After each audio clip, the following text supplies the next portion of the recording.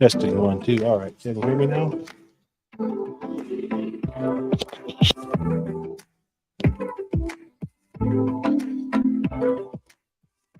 That off. All right. I'm here. It's Monday night. Live. I made it. Oh man, what a day. What a day. All right. Can everybody hear me all right? Hopefully it's not too hot. Let me know if I need to make any adjustments here. Let me know if you can hear that fan running in the background too. This way a little bit. All right, what's up, Cooley? How you doing, bud? Things you do not want to hear when starting a live show. Hums, smells like smoke. You can hear a hum? Let me know. You were here early. You were ready before me. I've been scrambling to get here at night. I'll tell you that right now. So, without further ado, we start getting into some stuff. So, update from last week with the power situation. It's I finally got a call today from the power provider that was going to handle the claim, and I won't go into too many details because it could be legal, but they should be taking care of everything. So we'll see what it actually comes in at, but hopefully everything gets handled and done up right, and I won't have to worry so much about these problems we've been dealing with this last week. So far, we've had to add a few items to the list as things are starting to fail as we've used them. And luckily, like I said, none of the camera stuff got hit. It's all safe. It's all secure because I was packed up and ready to go on a photography trip for the Seek Darker Sky series. I had a lot of planning done on that, and it all went. So, yeah, what's this sound? No, that's not what I want. So yeah, anyways, it's that's kind of like my headway into this live tonight is that, yeah, it sucks that, put all this effort into the plan, making things happen, and then this whole scenario of this power thing. And if you're here and you don't know what I'm talking about, what happened was the electrical provider put a new transformer on the pole, not this last Friday, the Friday before last. So it's been 10 days now. 10 days? Yeah, 10 days. And what happened is they put the wrong transformer on the pole, turned it on, and sent 480 to all our 110 outlets in our homes and in my whole neighborhood. So some people weren't affected at all or very minimally, and some people were affected very largely. And I'm on the larger size. There's one neighbor who's really, really bad. And then everybody else has just, random stuff, but we're talking 5-digit problems in claims. So mine is hopefully moving forward, and I won't have to deal with this much longer. But as you can see, I've got a fan. Please let me know in the comments if you're here, if you can hear that. I will shut it off if it's bothering you. I'm hoping it's not making too much noise, but please let me know. Because if I turn that off, I'm going to start dripping. I have so one of the things that failed in the house everywhere were all my ceiling fans that are digitally controlled with remote control. Everyone's zapped. Doesn't work. So I have a really nice, I don't know, it's a 60-inch fan above me that I keep on really slow speed just to keep downdraft on me all the time. It's quiet. It doesn't make any noise. And yeah, it's zapped. So I like airflow in my life. So we have 5 ceiling fans, garage door opener. The dryer started acting up, started popping the breaker. Then it stopped heating and popping the breaker. Now it's heating. Sometimes it pops the breaker. So that got added to the list. 3 Sony receivers got zapped. Both air conditioning units in the house got zapped.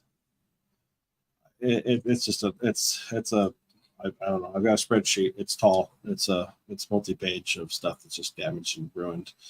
So luckily my old Sony sound system here survived. It was but they took the power strip out. So when I first got to it, I was really worried that it was all zapped and gone. But so far everything's turned on and worked. I haven't tested everything fully, but I think if the power strip took the brunt force and shut everything off before it got to the electronics, they're still turning on. None of the TVs got hit. My computer was actually surprisingly okay. My laptop that I'm streaming on right now is actually all packed up. So luckily, usually all this stuff's out and charging. The cameras are out. They might be plugged in. I've got chargers on the walls. Because of this trip, I had everything packed that night before we woke up to that power outage. So yeah, it's been a process for sure. So I'm about to I'm just going to let you guys join in if you want to come in live. I'm going to show that link up, but please, before you do that, go and like this video for me. Subscribe if you haven't already, if you want to. I really appreciate you stopping in and saying hi. And if you have any questions for me, hit me up in the comments. We'll get this show rolling. I've had very little time. Actually, coming into this live tonight, so I took on a little special project at work, and I kind of forgot. I was like 9 o'clock live, and didn't leave work till 7. So I've been a mad scramble just to get here and home to get this all set up and going. I had it all set up and going, but I heard my phone. Where's my phone at? Oh, let's see. Where are we at here? Got it somewhere. Let me find it.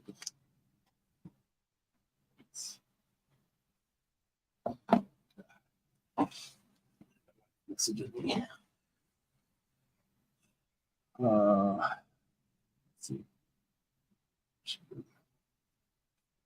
Okay. So, anyways, yeah, took that little special project on, and we didn't leave work till well after 7. It was actually, we got back to the shop at 7. I had to leave and come home, and I had to shower. I was all dirty from this project, so had to get cleaned up and get ready to sit down, get the kids to bed, and now we're here live to talk to you guys. So, all right, well, let me get this going here.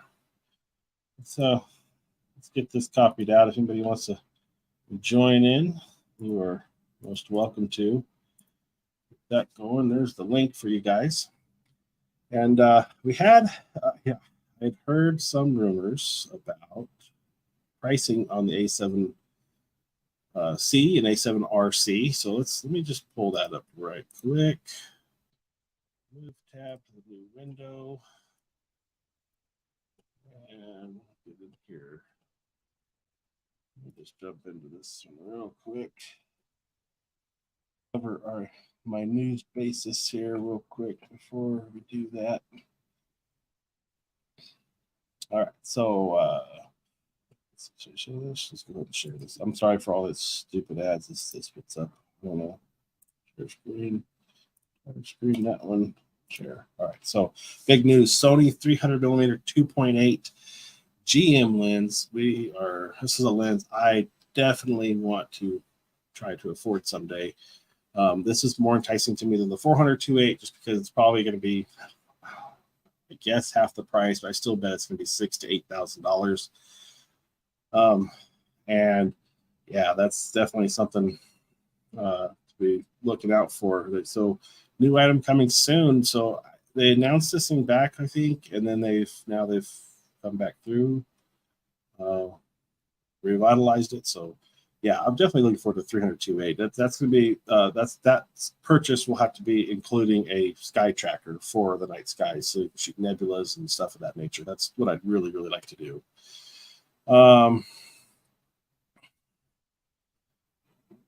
right, so A7C2 pricing in the US is close to $2,000, which I mean sounds right. The A7 IV, it's basically a mini A7 IV, and the A7 IV is what, $2,500, and the A7R5 is $3,900. And I heard the A7CR will include a hand grip, but it'll be probably closer to the $3,500 range, I'm guessing. So that's there's that.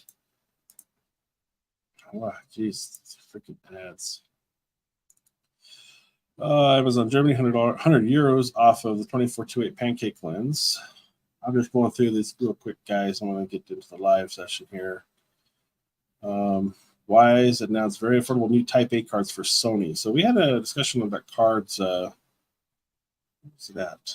Was Robert's last week? I don't know. What kind of cards are you guys running out there, and what do you prefer? How's that work for you? Me personally, I've lost Sony cards, the older ones. I didn't lose the data on them. I lost it was the ability for the card to format. So I could never format to reuse the card, but the data that's on the card is like stuck on it. So at least that data was secure. I was able to copy it, but my son's birth was on one of those cards. So I'm like, well, it doesn't want to delete. It's just going in the fire safe. I have it.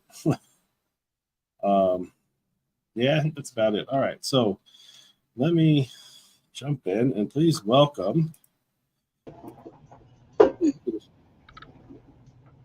Hey, it's me. It's you.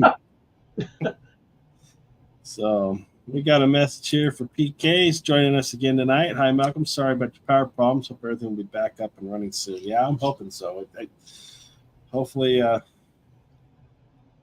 hopefully they get some stuff figured out. At least I was lucky enough to be able to fix my air conditioning and a few other little minor things I had in the house here going on. But it's a laundry list, to say the least. There's going to be, labor involved, my time, all that to fix all this stuff. And it's all part of my claim.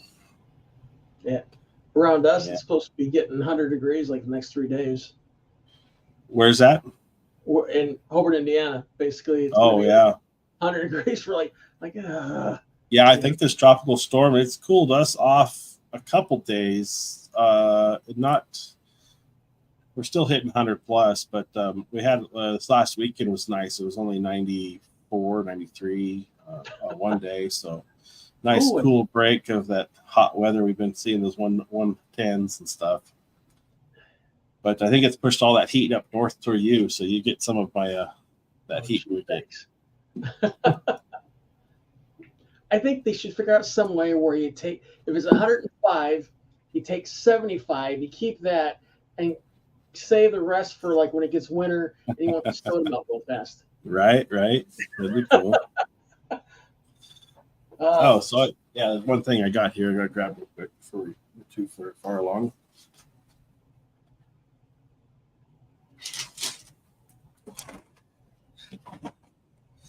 In honor of Chuck, I got my M&Ms tonight. Yeah, there you go. All right. Now we're talking. Yeah. Well, crunching these M&Ms up. I'm drinking pop with caffeine and chips. Guess I gotta have the bag in the shot here. So. There you go. Can you hear this fan running? Maybe, but it doesn't bother me. Okay. Yeah, I gotta have airflow. PK, are you still here in the room? What's going on, man? How you been?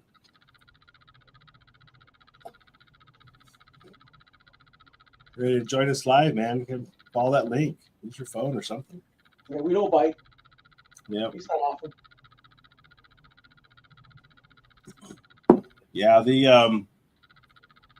it's been a week to say the least, but we're moving forward, and hopefully I can settle back down here. Probably won't have anything to work on this week for a video, but hopefully after this week I'll have a video plan going again. So I still want to do these. I like to. It's got to be consistent with one thing at least. Yeah. So in your thing, it's that craziest stories you have to do with, like, I guess, with wedding photography, weddings and stuff. Yeah, I think I titled it your worst photography experience or something. Oh yeah, I had a wedding where I was on the dance floor. I was photographing the bride and groom dancing. Okay. Well, everything went normal, and then all of a sudden, you know how they break up and they start dancing with a bridal party. Well, he was dancing with this one girl, which I later found out was an ex-girlfriend. Now, why Geez. she was in the bridal party, I have no idea. I mean, this is like Deliverance or something, I swear. So I'm standing there, I'm taking pictures. All of a sudden, the bride comes over, grabs the other girl by the ponytail, pile drives her into the dance floor. Oh my gosh. A fight breaks out. I'm just like slowly backing off the dance floor, going, "Oh, click, don't kill me, click, don't kill me." Oh, the dessert tables got knocked over. Thank God I got a picture of the cake. And so my background of my lights was set up in the back of the reception hall. So I'm heading back there because it even got to the point where I could see my lights and my light stands doing this. I'm like, oh crap, $800, $400, no. But anyway, so I packed my stuff up because now it's a full on brawl. Get my stuff in my cases. Had my van backed up by the door I came in. I'm putting my stuff in. The Maryville cops show up. Of course, 3 of them I knew from high schools. I went to high school with them. And they're like joking. Says, "So, started a brawl, did you?" I go, "No. Well, anyway, basically the wedding was pretty much over after that, right? Right, I mean, right. over. Then you had some people like in handcuffs leaving. And so I'm sitting there going, I'm sitting in my van. The buddy of mine, there's a Maryville cop sitting by the door, the window's open, and he's just laughing. I told him what happened. He's like, no way.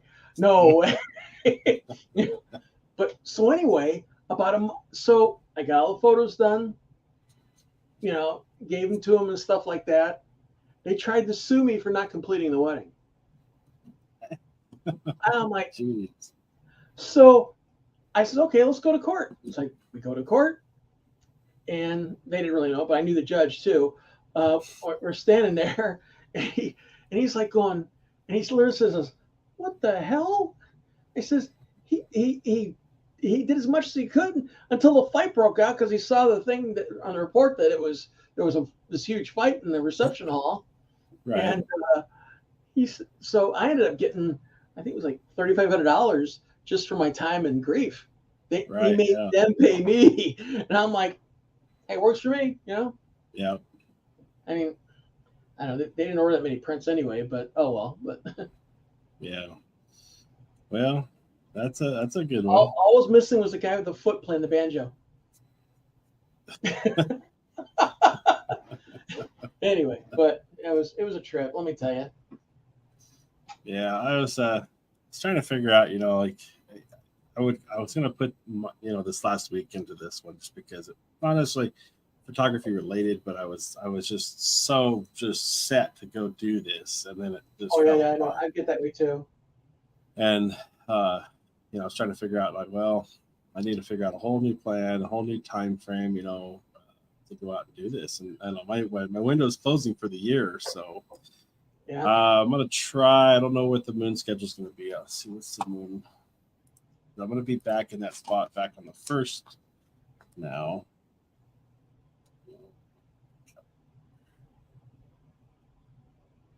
Hopefully I can still pull something off. It's like a full moon that. Yeah. Yeah, I figured it would be full moon by that time, so won't be able to do that shot, but I'll figure out something else to do, something fun. Yeah. But yeah, so I was really hoping for that weekend to work, because right now I can still go out and do it right now, like this week. The moon sets early enough, but Uh-huh. I don't have a location, and I always try to remember these spots I see, like when I'm driving or if I'm traveling for work. Yeah. I do a lot. I travel out into the field and always find like pump jacks. Hey, I can get to that one. I need to start dropping pins, like where I can go. Now, on my GPS, maybe yours too, if you push down and hold, it'll like I think they call it a Waze point, where it'll point, and you just mark it. You stop, you mark it, and then it keeps it there in your address book thing, I think. Yeah. So what I started doing, I think recently, was on my Google Maps on my phone. I'll click and hold and make a pin drop, and I'll name it. And I'll give it detail like, open field, no power lines, facing west. So I know I can go shoot west, because like storms here, I'm hoping to get into storm season next month. Oh yeah, that would be cool. Because they should start rolling through, and as long as it's coming from the north or the west, I can go out and photograph it. But they don't usually come up from the south or the east. When they come that way, they miss us. They don't come into town. Oh, okay. So if I travel out of town a ways, I can usually always get something coming north and then or west and get a decent shot off. You know what'd be cool? This is just my weird thinking. Set up an Airbnb and a spot that everybody could meet. You get like 8 or 12 people that all meet there, and then all go out and do I don't know, really badass storm shots. Yeah. The problem with storms, you got to chase them, kind of. Yeah. You have to be very fluid in your plan as far as like a general direction you want to go, and know what it's going to which way it's coming, so you can get far enough ahead of it.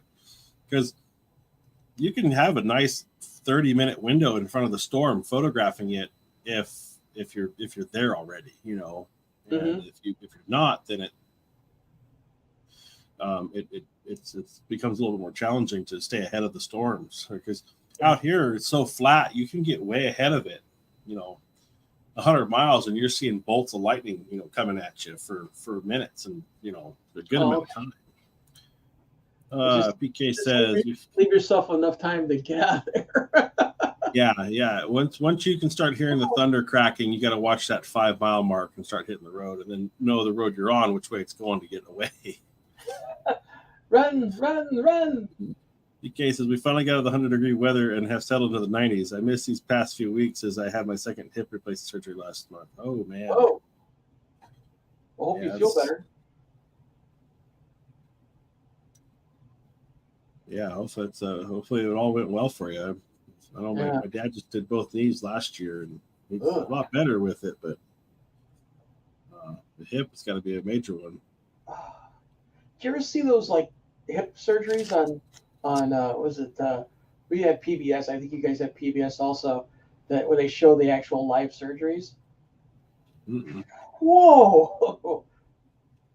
I've seen the videos for like the knee replacements and how they do it, and the hips is like whoa, and you just think yourself, man, just shoot me, put me on my misery now,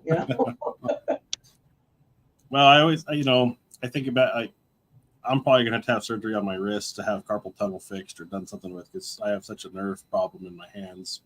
Oh. I mean, my hand will go numb holding my camera, and that's not cool. 5 minutes, and it's always been that way. But the doctor basically told me 5 years ago, probably, that he's like, well, you have surgery when it bothers you enough to have surgery. It's like, okay, great. But my dad's knees replacement, I watched the videos of that one, not his, but how the process is done. Yeah. And it definitely is. I mean, as a mechanic, I get it all, but it's like, just when it comes to your body, like, no. I know.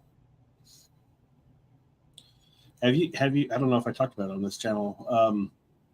Those real body exhibits in Vegas. Have you ever seen any of that stuff? Oh yeah, at the museum in Chicago had something like that where they sliced them real thin and showed all the. Whoa, Dude, that's. I mean, it's an interesting scientific like thing, but yeah, they don't talk about like who the person was or anything. Of course, and then there's like no proof. I guess there's a lot of controversy behind these things because there's no proof that this person donated their body to science for this purpose, And Soylent Green. Remember Soylent Green? yeah, it definitely is. I mean, it's interesting, but it's just some of it's unnerving, man. Yeah, but in that case, they made them all into bacon. Yeah, right. That's why I'm more a vegetarian kind of person. I still eat meat, but I don't know. Yeah. I'm supposed to go out and photograph a. They're building a new like meat slaughterhouse where they take the cows, slaughter them, and then you pick the cow, they slaughter it, they do everything to it. I mean, they dice it, they slice it, do all that stuff for you, and I'm like, I don't know, because I'm actually going into where they slit the cow's throat and all that stuff. Like, All right. Yeah, that's. If this don't make me a vegan, nothing will. Yeah, it's interesting. I know like the chicken ones too. Like where all the chicken processing every day, just to break it down to an hour. It's like now they're doing a lot of genetically, I guess, designed chickens. Yeah. It's like, oh, I don't know. Like I said, oh, well, I still enjoy good Popeyes. That's another story. Yeah, I like chicken still, but yeah.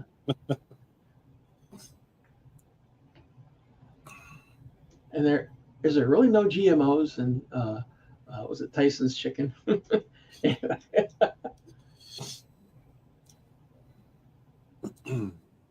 Anyway, man, I've been doing a lot of research on CSMs or CRMs, customer relation software, and holy smokes, I didn't realize how much there was out there. I'm kind of leaning toward 17 hats because you can actually say not Joyce Wilson. I'm gonna think Joy, whatever her name is. She's does all these videos on wedding photography and stuff like that.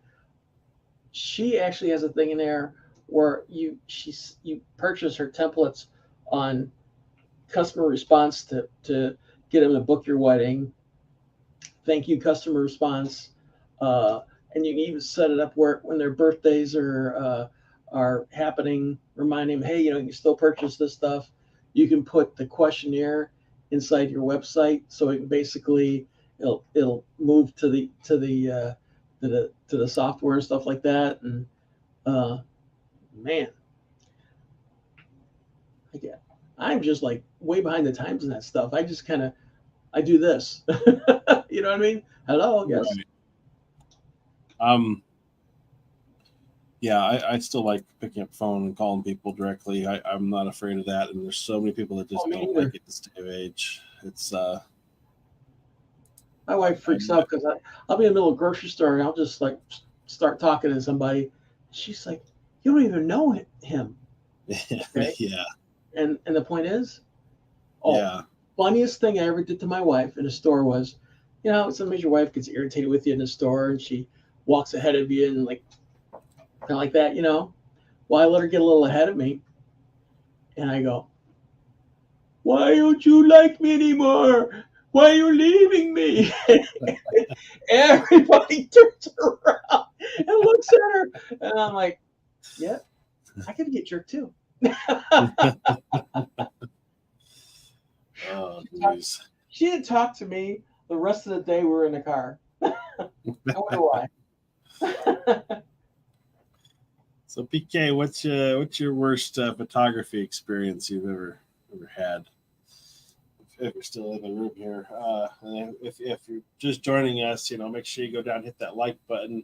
And then we're talking just general photography, but I wanted to kind of stick on the topic of what's your worst photography experience.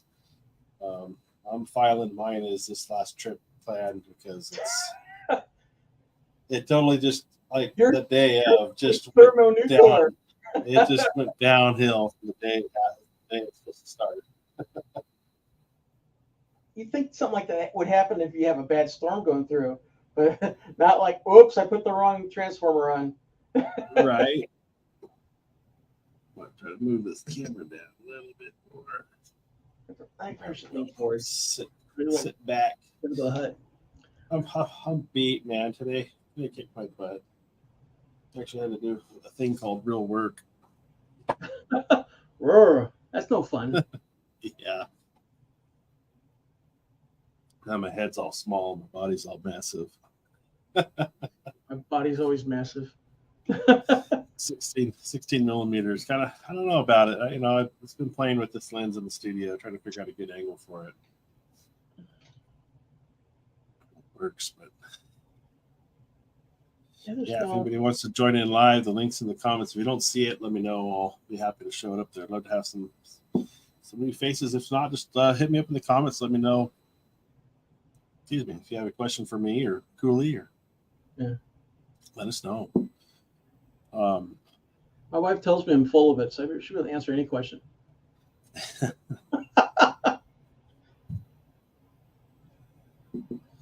Yeah, it's I'm hoping I got to figure out a video to do because I've got a whole list of stuff to do. It's like once you start on a project and then it's like falls apart, you're like, I don't know if I want to redo this. So got to figure out a plan, see what to shoot, what to go do. I've got some review ideas, but I don't know if I just do a general product knowledge video or let's see here. Let me go. There was a guy I saw today who was talking about Sony stuff, and he had this like weird bracket that goes on the bottom of his camera, so it makes the grip wider, but still lets you access the battery door. Yeah, so I had one of those on my A7 III that fit my R2, but it didn't give you the access to the door, which I really liked. I really want. But there are some nice ones out there. The cage on the FX30 has an extension that drops below the grip, so my pinky doesn't slip off of it now. And it's got an actual hinge point that flips out of the way, so the door will fold all the way open, but it follows the contour of the body. Yeah, it's pretty nice. Now, does that have 2 card slots?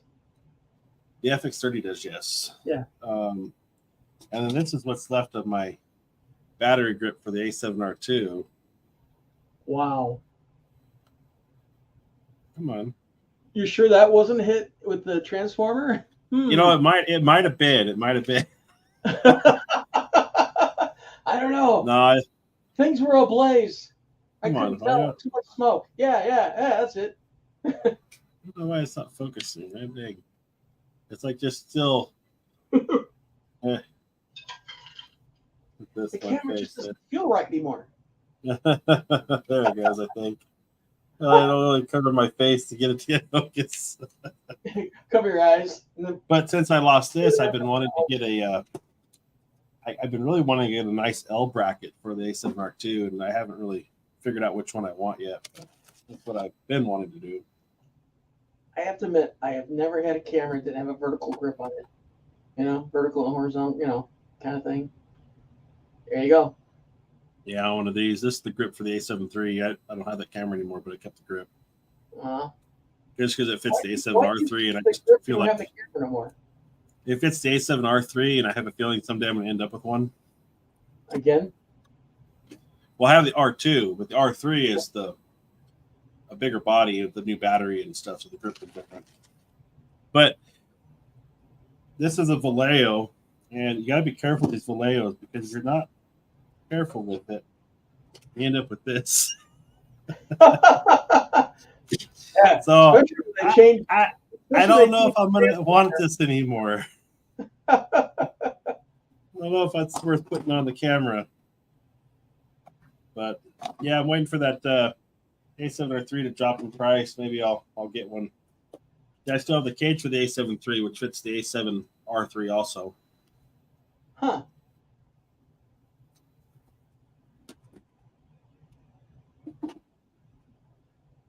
So yeah, been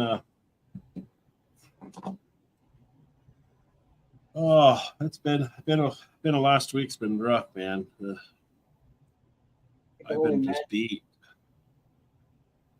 So you have central air, right? You don't have just okay. I have two central airs, so it's what's that rule in government spending? Why pay for one when you can have two for twice the price? That's what it's like with their two air conditionings too.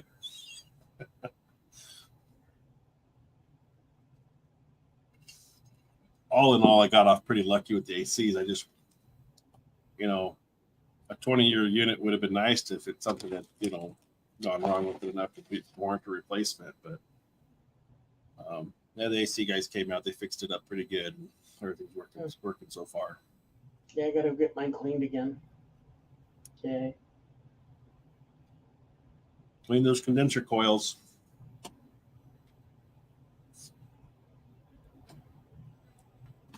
Do you have those cottonwoods up there? No, I was, believe it or not, today I was hanging solar powered lights off my. They have these like solar power lights you hang off your gutter. And it kind of lights the deck real nice, you know. Right. And I couldn't figure out because our last really hard rain, all the water ran out of that corner, and I've got like the extra big gutters. Like normal, I guess normal size is 6. I've got 8. Okay. Yeah, so I'm thinking, and they said, "Oh, your gutters will never clog up because they're bigger and the water Yeah. rushes." Eh, wrong answer. Yeah, they I clog pulled out right this up. giant glob of spinners and I don't know, wiry things. I don't know what the hell they were. I just, yuck. Anyway, I thought maybe one of my solar power lights flipped off from the wind and stuff and went into the gutter, but that wasn't it. So Yeah,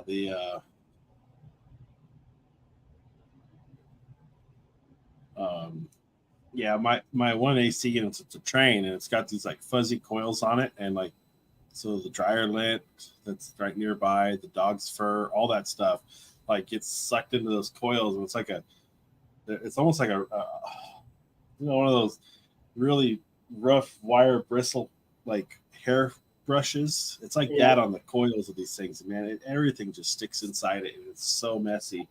I got to go in there at least once a year and like clean them out, because when I first moved in this house, I didn't know about that, and I had to go, call the AC guy out because it just wasn't working good. He opens it up and it's just plugged solid. I was like, oh my god. ugh. Well, hopefully this PK will fix, you know. PK says, I have not had a chance to get out lately. I'm reworking my gear for travel. I traded in my A7R2 and A6300 for the A7C. Planning to add the FE218 to go with the FE8518. That's a good choice. I think that's a good move. The A7C, how do you like the body of it compared to the A7R2? To me, I'm trying to think, did I ever hold the A7C?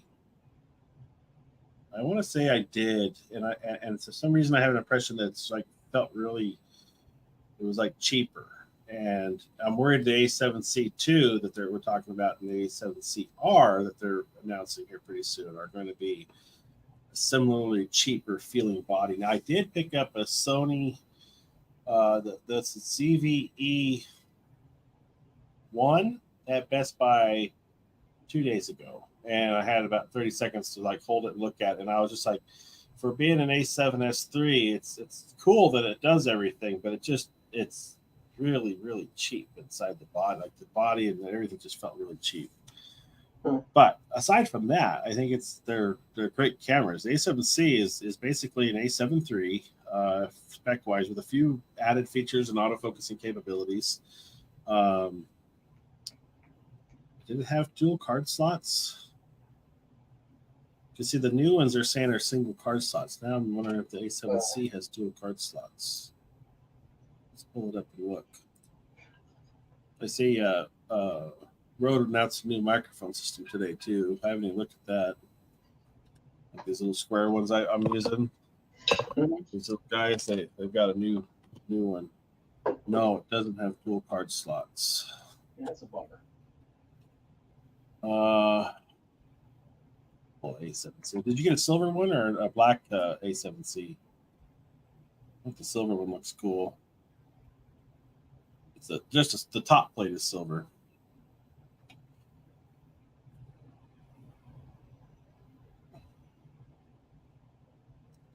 Well, it's definitely a smaller, lighter camera for traveling. There's no doubt.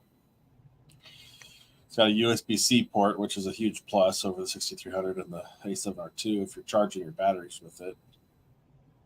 Oh, nice. You got the silver one. Yeah, silver's a nice looking camera. Let me pull it up for you.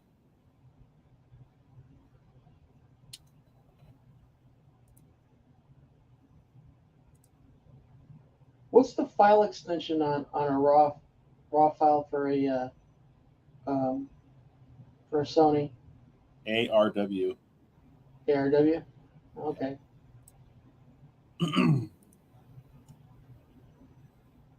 Here's what he's talking about.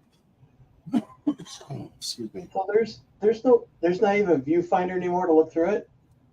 It's a rangefinder. It's on the back, like the little APS-C cameras, which I always preferred because to me, I mean, I like the viewfinders and the full frame cameras, but they're because they're nicer and bigger.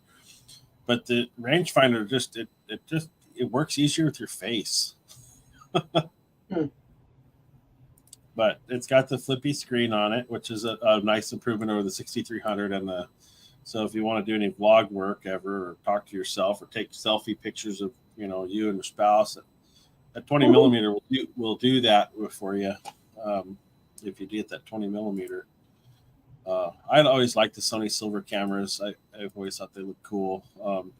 Now, do they make like a 20 to 70 or 20 to something? They make it's the 20 to 70 they have now, and I'm working on. A buddy of mine at work has it. Oof. And it's a cool lens, this 20 to 70 f4. It's got the aperture ring on it, and that's the only real improvement on the body that it gave over the 24-105, because it's almost the same size as this 20. This guy, no, that's my 85. Gotta get the right lens out of my bag. It's almost the same size as this guy here, but it's instead of a 77 millimeter filter thread, it's 72, and so it's just a little bit tighter on the barrel, which I thought was nice, being a little bit smaller, and it has that 20 millimeter wide, which I'm torn. I always shoot telephoto, like when I go to do photography. Yeah, I gravitate toward the telephoto ends of the focal ranges, and I like the look and the that it gives more than I do the wide. But everything video and like gimbal work or I'm always finding that even 24 is almost too wide on this lens for me, and I end up at like 30 to 35. So that's always something that I always think, oh, well, I prefer this one over the 20 to 70. But I am working on. He said I could borrow it, and then I was supposed to take it with me last weekend, and then he ended up getting a shoot job that he needed it for, so I didn't take it, and then I didn't go anyways. So I just got to regroup with him and about getting that lens, so I want to do a comparison, but first, because I think it's an ultimate answer of like, do you get a 24-105 or the 20 to 70, because they're almost identical. One goes wider, one goes more telephoto. Yeah. And I wanted to compare these two in astrophotography aspects at f4 even to see, if the 20 would give you a better result because of it. Yeah. Hey, Matthew's here in the room with us. What's up, guys? Thanks for giving us Amazon. Uh-oh. We were doing well, sir. We were just talking camera stuff, and um, I'm still working through all my power issues, and that's slowly being resolved. I hope after today, I finally actually had a conversation with a real life person today about it. So hopefully, Talk to hopefully you. hopefully it moves forward in the right direction. But yeah, Matthew, we're talking about what's our worst. Well, we're not really talking about it. It's just a topic I'm asking everybody as they come in.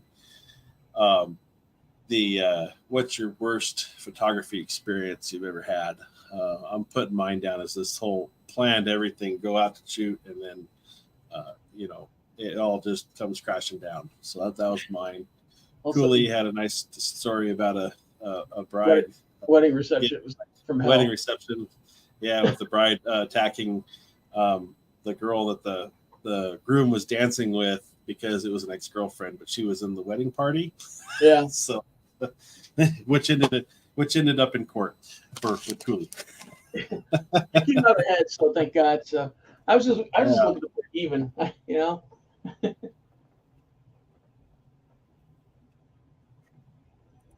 No, Beth, did you see Rhodes' announcement about an hour ago? Yes, I did.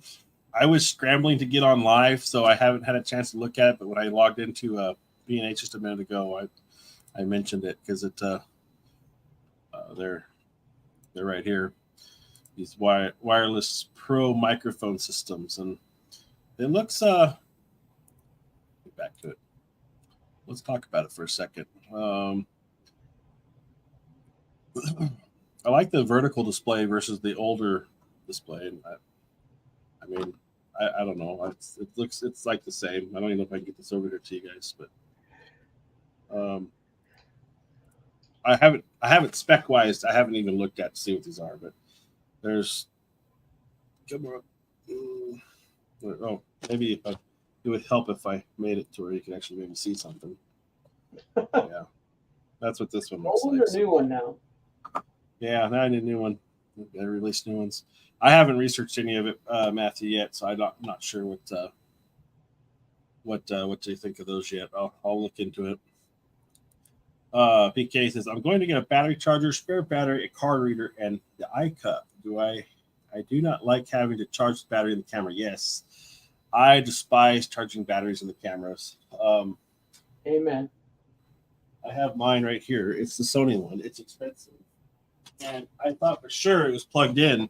And for some reason, I think my wife unplugged it because she was vacuuming, and it saved it. So take her out to dinner. Yeah. This is the Z battery charger, which you're going to love these batteries coming from the A6, C300, and A7R2. The Z battery is just so much better. Oh my gosh. But this thing's like $100 from Sony, and it does the one charge. It gives you the bars, status indicator bar, in thirds. Where's that? Where am I pointing? Right here. It lights up. So definitely, this is the BCQZ1. I picked this one up at Best Buy, so it's worth buying, I think, for your factory batteries. And now, do you have like two of them? I only have one charger and I have 3 Z batteries. So the only reason why I haven't bought more Z batteries is I plan to buy a new camera someday that comes with them. So that'll be my 4th battery. Yeah. I've got, for my Nikons, I've got like 6 battery chargers just for the Nikon batteries. And then I have 6 of the, because I have the D750, and it has the insert for either the batteries or the Nikon battery. So I always keep the spares with the AA rechargeables in my case. I mean, basically, Yeah, I probably sorry, go ahead. Basically, if a nuclear war breaks out, I at least got a week's worth of battery life. Right. Yeah. mine stays pretty well charged because I leave it plugged into the camera here, and it is charging it while I'm live. So that one Oh, almost never goes dead now, and it'll run indefinitely. I I don't really have a solid opinion on aftermarket batteries. I know he's not asking about whether or not he needs that, but it's I for the money for how much cameras are, I just buy the factory batteries. It's just my personal preference.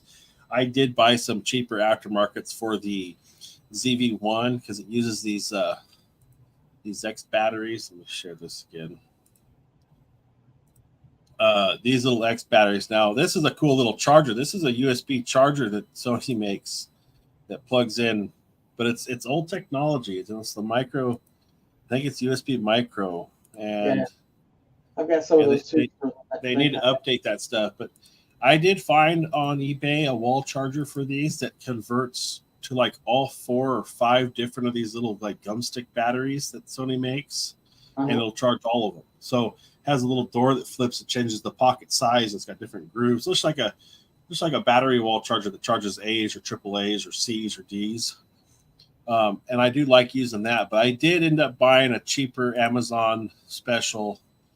Uh, it looks like this guy here to charge those CV1 batteries because they go dead so fast that it's like can't get buying a $50-$60 Sony battery. That's a tough pill to swallow for how quickly those batteries fade out. So and I mean not like just wear out in the camera. So yeah, this is basically what I bought.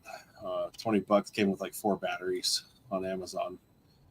But the Z batteries, I would say if you bought 2 spares, even 1 spare is probably more than enough because I've only gone into my 3rd battery when I'm shooting a film in a wedding, and uh, then at that point I have the charger plugged in, charging the second one or the first one right away. So I potentially, by the time it's done charging, by the time I'm done with the 3rd battery, I'd have a 4th battery ready to go. But for hobbyist, I mean, you carry 1 spare battery, you'd be fine, and then the charger, and then what else? The iCup. I don't know what they got for iCups on that. Let's take a look. Sony A7C.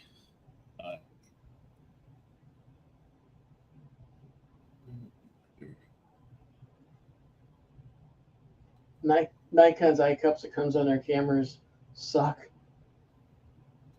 Yeah, Sony's aren't much better. I know there's some bigger eye socket ones like this. I've never used them because I've usually using the screen personally. But I've thought about putting something like this on the camera. The problem is just the way it fits in my bag. It would hinder that fit. So Yeah. something I've never got into. But I've always been interested in these things. Like they actually cover your eye well enough to you can actually see. No, those are expensive eye cups there. Mm. All right, back to this. Um, let's see. Peak is 32-bit float on the microphones. My worst experience video-wise was recording a wedding. When the bride and groom entered the reception, I later found out my mic was off. The bride was my sister. Oh, man. I had that happen to me, too, at the wedding I shot. So I had mic'd up about 20 minutes before the ceremony. I mic'd up the bride and the groom. And I'm using my Rhodes with lavaliers plugged into them, the Rode lavalier. And for whatever reason, I don't know how, if she pushed it, but the brides went blank on this display. It didn't show the data bar, and I had no option or opportunity to go see why it wasn't working with the way when it happened. So I relied solely on the groom's microphone for that to pick up her voice, and the difference was astounding. Like I was really disappointed with it that it didn't stay recording, but somehow she put it on mute, I think, and it went mute because it was like she was up in her room getting ready. I had all that audio soundtrack. She knew she was a hot mic on that time because these things record internally to themselves, and I was kind of like hoping, well, maybe it lost connection. and it's still going to save the track. Well, it didn't. It recorded still, but it was just blank, and it makes me think she put it on mute somehow, and it didn't record. And I was fairly upset about that. But I made it work with the mic, the groom's mic, other than he kept reaching in his pocket right where the microphone was to get his handkerchief, and he kept scratching the mic all the time. So that kind of sucked too. Live and learn.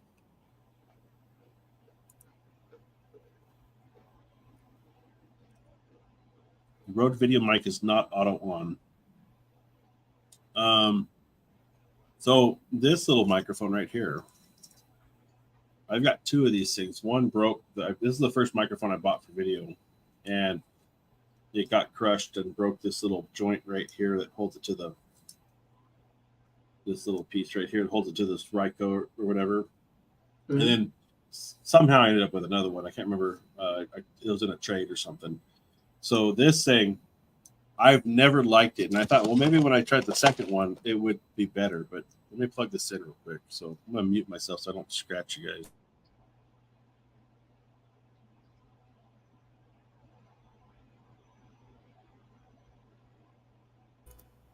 Okay, so here's this microphone. I don't know if it sounds any better for you guys, but do you hear the buzz?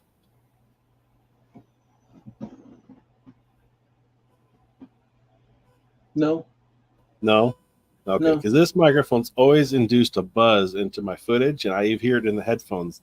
And as I move it, it's like it's a really poor connection with this little microphone jack. Huh. But it maybe this software is cleaning something up, because it's buzzing pretty bad. So I don't use it. Let's switch it back out.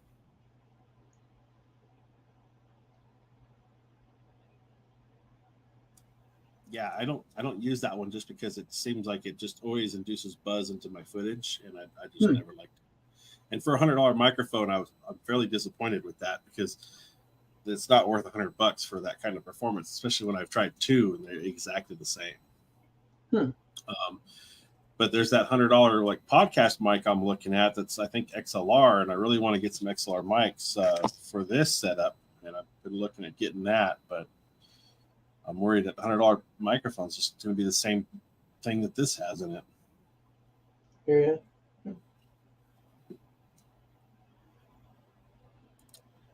Because it's expensive, but I think it's worth it. I'm going to get the Sony battery. My W batteries I'm going to give to my son for his A6500. Okay, good deal. Yeah, definitely. I have the wall charger. Well, I had two. Well, your A7R2 probably came with the wall charger for the W series. And then I had the Sony official wall charger. No, I don't have it near me. But I had two of them for a while, because I had like 5 or 6 of those W series batteries, and I had 3 chargers for them. I ended up selling one of the chargers with one of my cameras when I sold it, because I downgraded a little bit to my only 4 batteries, because I'm only on my A7R2 now that uses it. But that wall charger I like, because it's got the flip socket, that comes out the side, so it packs away really nice and small.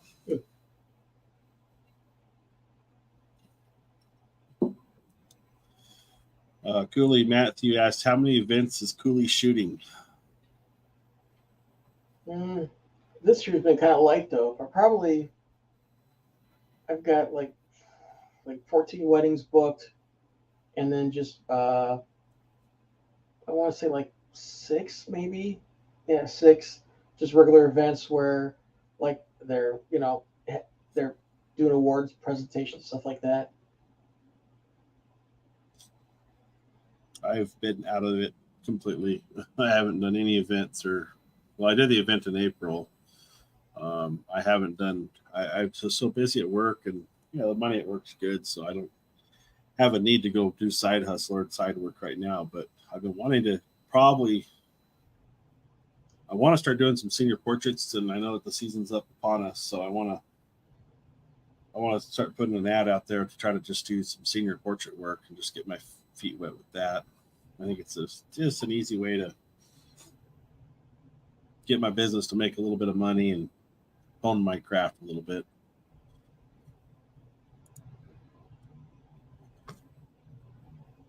See, I like doing landscape. I don't like working with people.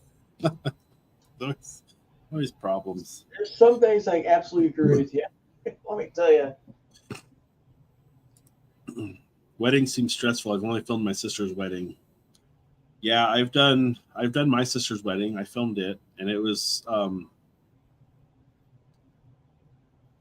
only, it wasn't official. I was just they specifically told me to hire a photographer, so I don't need to worry about anything like that. And they wanted me just to be party to the wedding, and so we got to enjoy the wedding. And then for the reception, I did pull out the cameras, and actually turned out really good. I'll show you a clip of it probably. Where they had it is this old hotel in Portland, Oregon, and this is like this is back in, well, it was New Year's Eve 2019 is when her wedding was, so it went to midnight. And let me pull it up here. I'll show you the beginning of the video.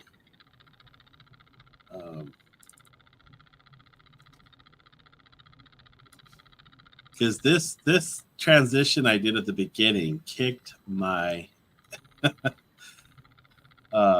it was brutal. Let me put this up. So this is my first wedding video I've ever done. It was my sister's. Down.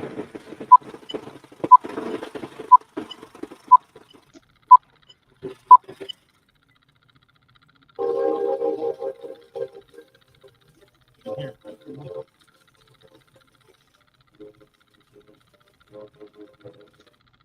Do you guys hear it?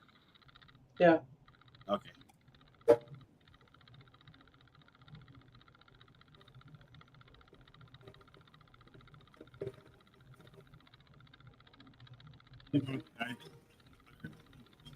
Yes.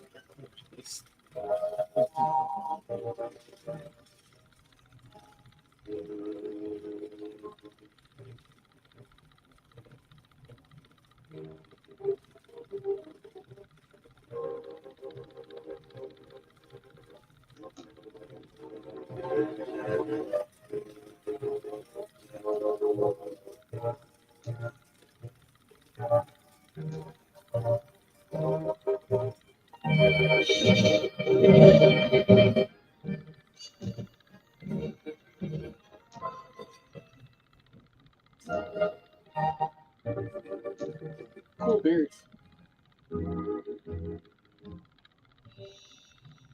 Shooting everything at 120. I realized those screens and lights are kind of flip fix a little bit.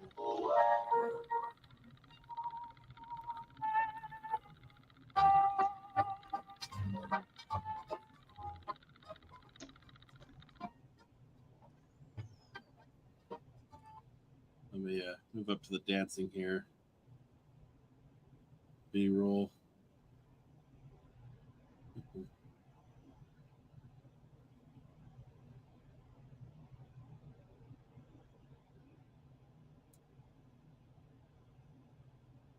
That's the photographer.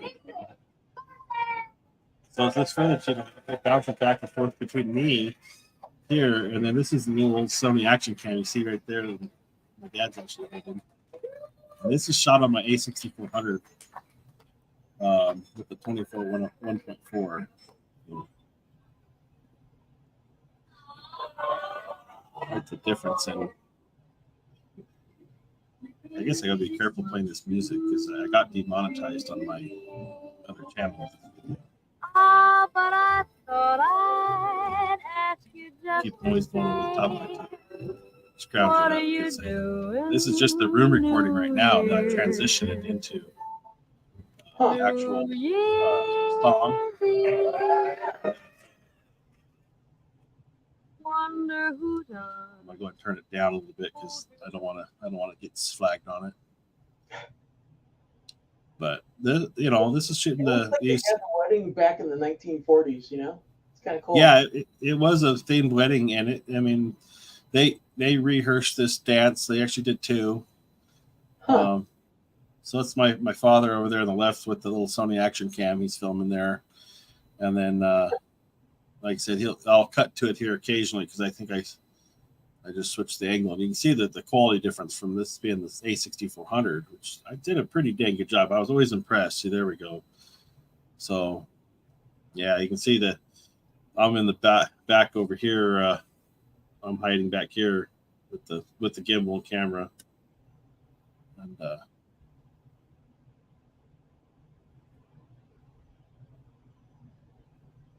So they take dance lessons and everything. So oh yeah, they did the whole routine on this. It was wow.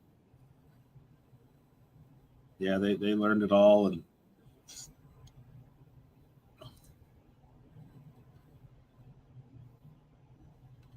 but yeah, it was a cool wedding. Very, like I said, kind of what's the terminology? Not the 20 to 30 is kind of like retro term. I can't remember what it is. But yeah, Matthew says I like the vintage feel. Yeah, the wedding was vintage. What the heck is that term? Dang it.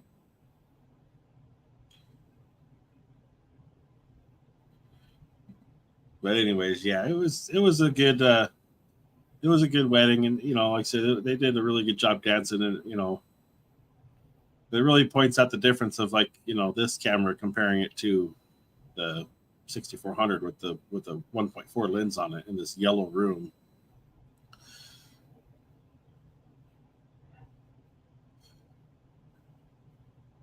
But where the quality drops off in the 6400 is when you go to the 120. Got a string around my finger. What a world! What a light! I'm in love. I switch it to probably right here. I'm switching it to 120. I'm in love. And most of this music was okay. I know that one song that flagged. I'd be a silly so.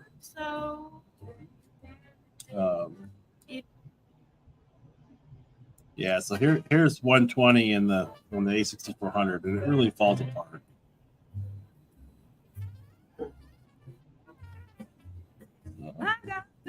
That's got 120 frames a second. You see the colors and this crisp, the graininess. It was really hard to grade and get it to match the original before.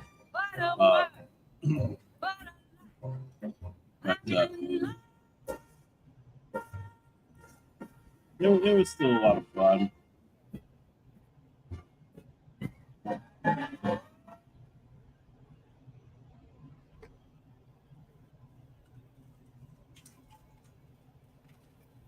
That was cool.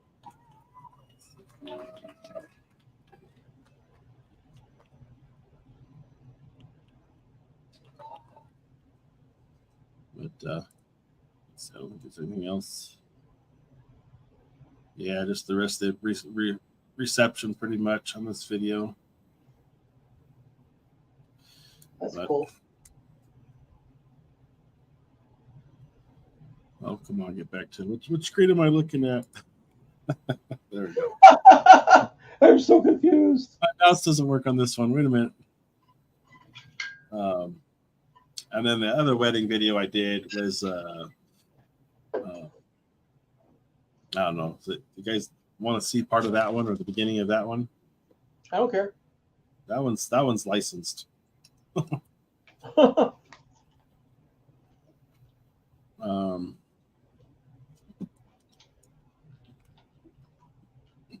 did it go so blurry? Well, you are blurry. It's a bad uplink there.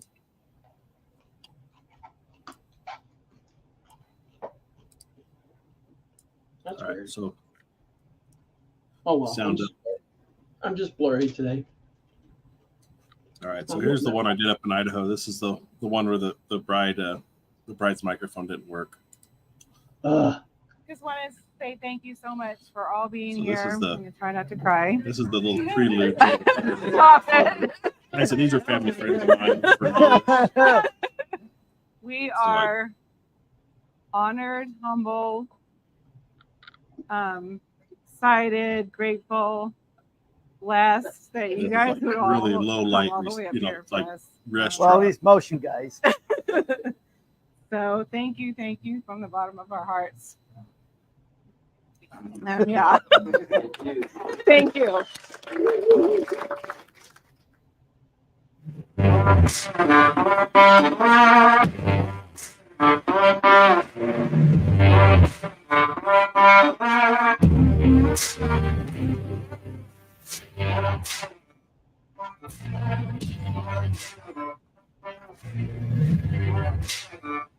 I can't see any video. Oh my gosh. Thank you for letting me know. I thought I was going blind. I'm sitting here watching it with you guys, and I'm like, oh, I don't have it shared. Let's get my glasses gotta really look. dark and go. Oh, you gotta love live. Oh my gosh. All right, let me fix this right now. All right, here we go. Here. There we go. There we go.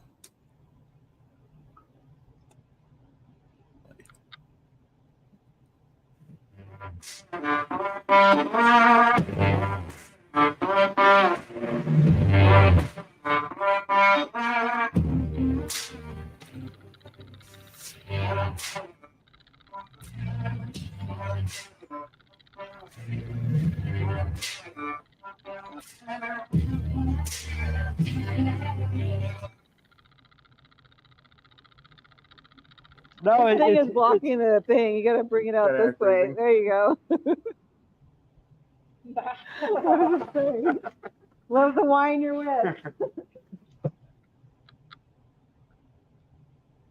When I look back on the 30 plus years we've known each other, it brings joy to my heart and a smile on my face. Never in my wildest dreams did I ever think I'd be standing in front of Jamie Genesek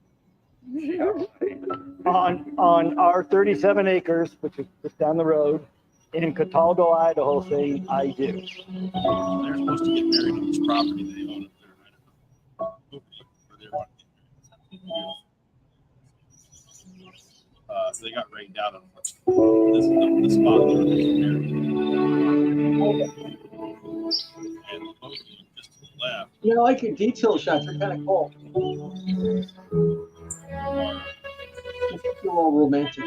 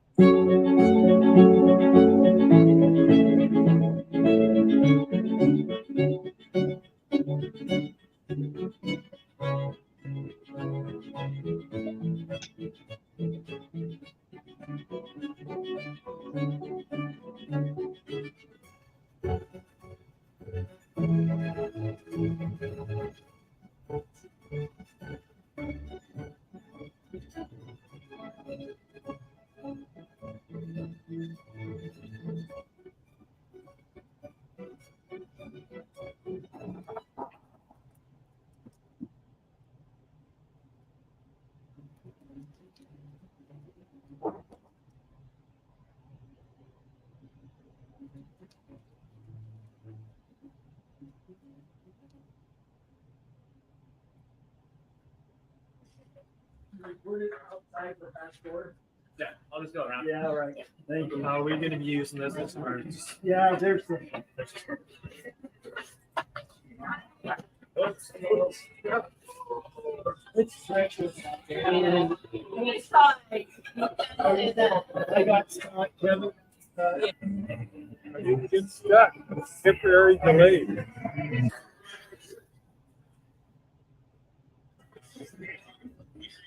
All scrambling for that one.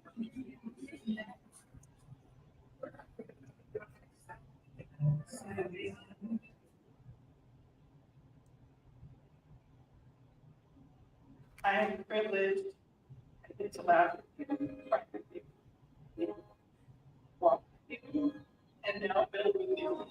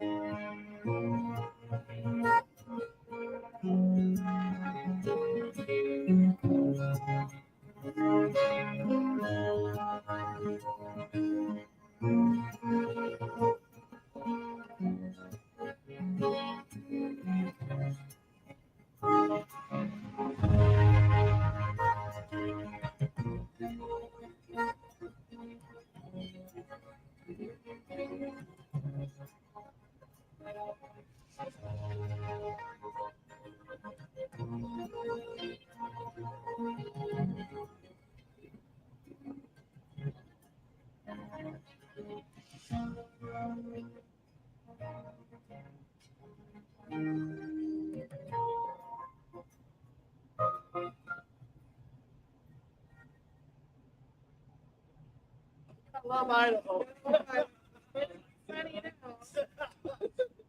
I came out just in time for my speech.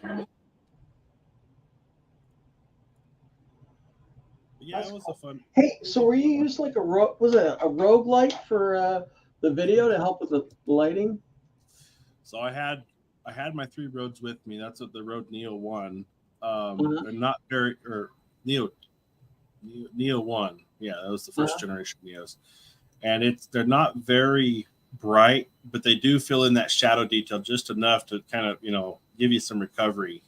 Yeah. And I threw it up there just to, because like I said, it was all like last minute when that rain came in. That storm hit so hard, we couldn't get everybody up to the property.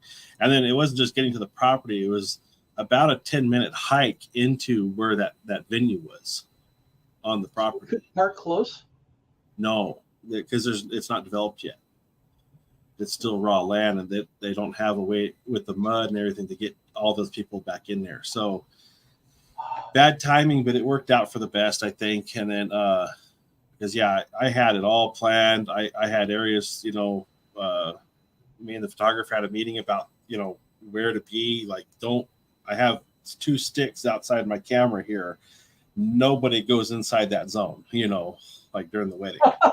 And, pointing out. So, because I had my 85 on my R2 facing them, like just perfect, beautiful, focus shot in the back of that valley.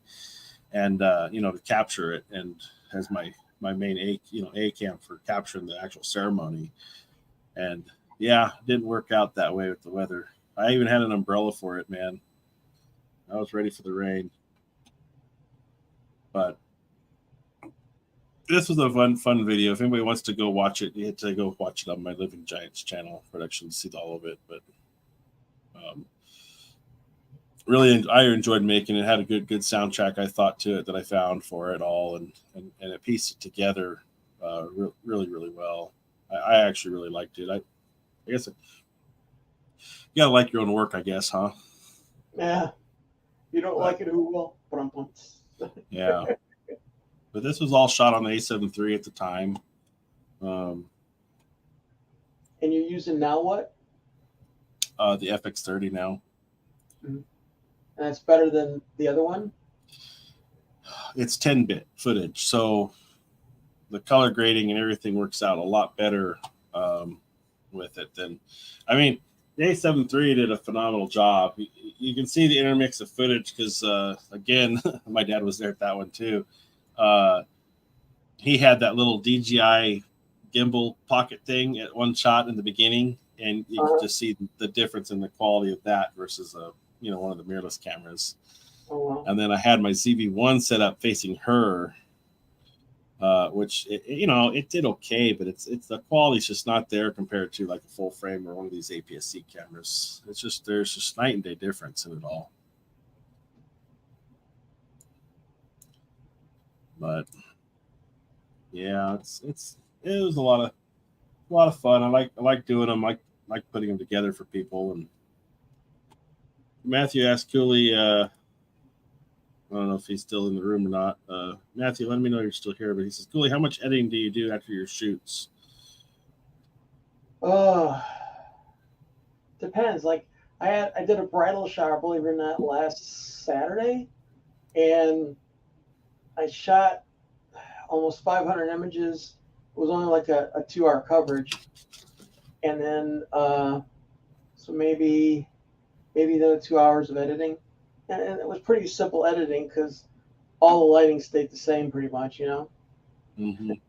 Funny story about that is I'm saying, oh, bridal shower, and I'm gonna come in there, I'm gonna set up backgrounds and lights and just go full throttle, and it turned out they had a background already set up, which was okay. But if I had to put up strobes, I could see them tripping over my stands and Right. trashing that stuff. So I just basically camera, flash, strobo frame. I use a strobo frame, just cutting vertical horizontal really quick and stuff. And I just did the whole shoot like that. And I had another camera just for available light. You know. I hate it when they have like a pre-made background when you show up to it, Yeah, and it's like it wasn't bad, but it wasn't great either. it's not that it doesn't even matter what it looks like. It's the size of it. It doesn't work. Yeah, it's like I don't know. Yeah, the perspective. Oh, is my preference in a photograph is, I like to blow out the background a little bit with a little bit of detail there, like for people to see, Yeah. And I want to shoot my 85. So if they have this nice stand, it doesn't work with the 85. It's like meant for an iPhone, And they want to do their pictures in front of it because they worked hard on building it. And it's just I always never liked seeing those. I'm like, let's see what else we can come up with, Yeah. Take a couple, and then go look around and see if you can incorporate it somehow, like getting different lower angles and bring it into the background, Yeah. under compression and stuff. But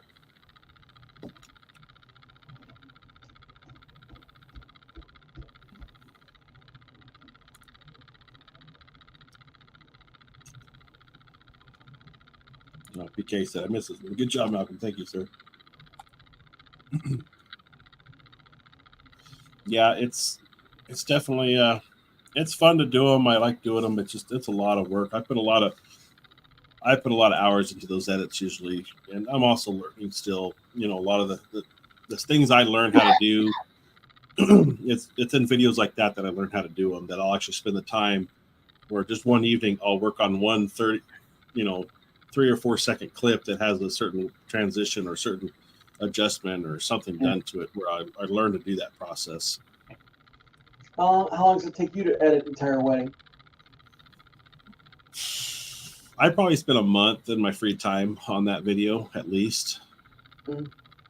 And I didn't get to it right away. Like, I had to let it all marinate in my mind for a while and watch the footage. And that's the thing that takes me the longest, I think, is just getting the first track laydown done. Mm-hmm. And I wonder, do I have a picture of that timeline? I do.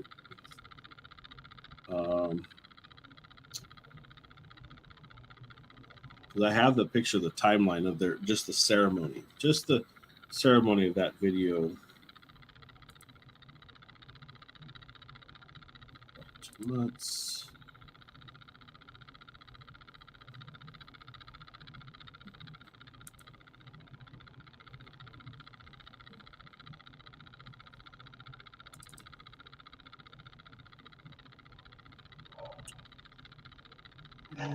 Let's see here. But yeah,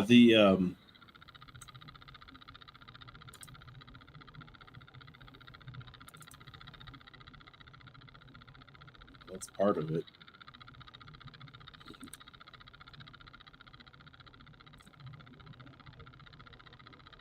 I already have a picture of the 30 in that one.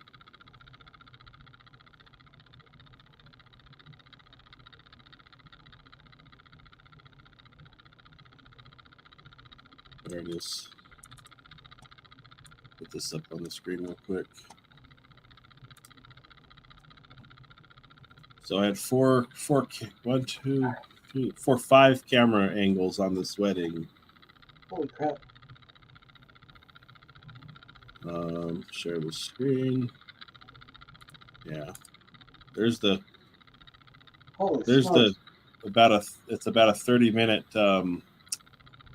4 camera angles. The pink on the top is my final edit of what shots made the cut. Mm-hmm. And then all the soundtracks lined up. I had, beginning music I had to line up, and then the soundtrack from the microphone, and then my backup scrub mic in the room, and intermix them all to balance out. But yeah, that was that took me probably, I'd say I spent a week on that. Probably 3 hours a night, 3 or 4 hours a night. But the thing that's time consuming is just going back to rewatch what you did. Like, okay, I made a couple cuts, and with the music or the sound that you cut, and then you go back and watch it to make sure it's fluid. And it's like, oh, I'm not sure about that, so I'm going to go move this clip into this spot, and then see if that works. And it just takes a lot of time to manipulate it all. But I think this is about 30 minutes right here. Was the whole ceremony from the moment I started recording to when the music stopped and they started, doing their vows and the prayer, and then to the end of the whole crowd gathering and take pictures. So, I had everything organized by camera and by, my folders down here, different cameras, different shots, different moments, all that stuff. But I know I spent a good part of a month on that. This is I will catchy. Oh, he's probably talking about going back to watch that video. Yeah, it's on my. It's not on my main channel. It's on my other channel called Living Giant Productions. That's my business channel, and I don't have a lot over there, but that's one of them. But that video, it's got the full speeches in it. That didn't make my cut. That made the bride and groom's cut, and that's what's published. So. I would have trimmed some of the speeches out a little bit. I think I did actually in my actual edit, and then had to go back in and add some of that, in for them. And it wasn't until they went back and watched it, and then after I got the movie video done for them, I went back and gave them a 2.5 hour reel, to just sit down and watch. So, wow. PK, see you next week. I need to get some rest before physical therapy in the morning. Thanks for this session. Hey, PK, I really appreciate you stopping by. Just make sure you hit that like button on your way out if you haven't already. That helps a lot with these lives and in general for us out here. I'll see you in the next one, man. I appreciate you stopping by and having a chat with us today. Matthew says, would you guys rather have unlimited data or unlimited battery life? I would pick battery life because data can be pretty unlimited nowadays as far as a single card. Yeah, no kidding. So I would pick unlimited battery life if I could pick the two. Now, on any of your cards, are you having problems with overheating or no? No. Okay. But I think, doesn't Sony have a fan to help cool the... Yeah, the FX30 has a fan, and it's surprising how good. I don't know if you caught my last video. So I think it's my last published video is the heat test I did on the FX30. Yeah. In direct sunlight, I was getting temps around 126 on it. I did measure 130 one time on it. Before it shut down? No, it never shut down. Oh, wow. So I put up both cameras. I put my A7R2 up, which I knew wasn't going to last, and I put the FX30 up. Both had filming 4K 24p in the highest mode possible on the A7R2, and it's the medium mode on the FX30. Ran both of those tests until the A7R2 died, which took 20 minutes for it to overheat. I think it finally clocked out at 21 minutes, and then after that, I knew the FX30 wasn't getting any warmer. It was staying right at 112, 114 on the back panel where the fan was. Mm-hmm. And it wasn't getting any hotter. So I was like, it's going to just keep going. So I ended up turning the record off on that after about, I don't know, almost 40 minutes recording. And I put it in its full tilt, 600 megabytes a second, 4K, 60p, record mode, and hit record, and it chomped through a brand new 128 gigabyte card in 28 minutes. Is how much or 26 minutes is how long that card's good for, 128 gigs. And it recorded until it stopped recording because the card was full and it was done, and it didn't overheat. And that was at 110 degrees ambient, 109 degrees ambient. So, yeah, not too bad.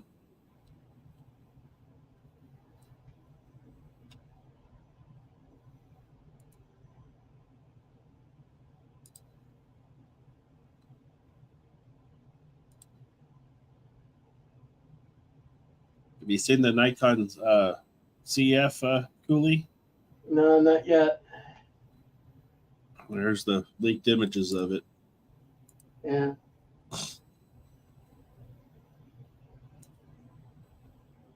Got that retro feel to it. Yeah. I wonder if we can get a vertical grip for it, though. It looks like it'd take one on.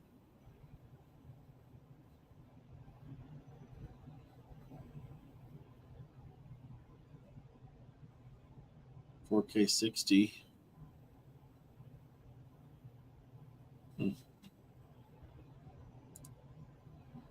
Nancy says, did you guys see the house that randomly blew up in Ohio? I think it was. I did see that. That was impressive. I know people lost their lives in that one, and it's very sad, but it's so from my understanding is there was a hidden abandoned mine underneath these homes. And Really? did you see that explosion, Cooley? No, I didn't see it. No. Let me see if I can find it here. There was one house that wasn't Ohio. I thought it was like in Michigan or something like that. That nobody was home, but it looked like it vaporized. It wasn't in Ohio. It was Pennsylvania. Oh, okay. But there was another house somewhere else that just looked like, what the heck? I mean, and it was. They said the gas meter was something faulty with it, and it basically all gone. Yeah, look at this. Look at this. The remnants of this. Holy guacamole! That's what I call an insurance claim. Well, I had heard that there was an abandoned mine underneath these homes, and something underneath the houses was filling up with gas from seeping through the earth. Ugh. Wouldn't you have smelled that though? Not natural gas. It's odorless. It's odorless, yeah. But man, the gas companies put the smell in it before it gets distributed to homes. But okay. But yeah, I probably can't play. I'm probably not allowed to play the video. I imagine if I find it, but yeah, we won't do that. But yeah, go look up the video on that one and man.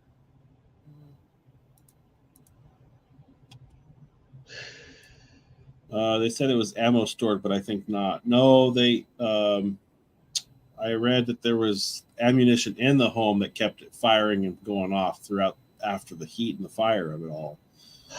But ammo didn't cause the explosion. Who puts that much ammo in your house, though?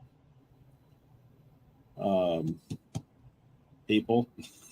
I guess. I mean, no, the ammo wouldn't have caused the explosion like that, but it definitely would burn up and start glowing off. They had stray bullets flying. They're not very powerful without a barrel being shot out, but they're still. That's like the people who keep fireworks in their garage.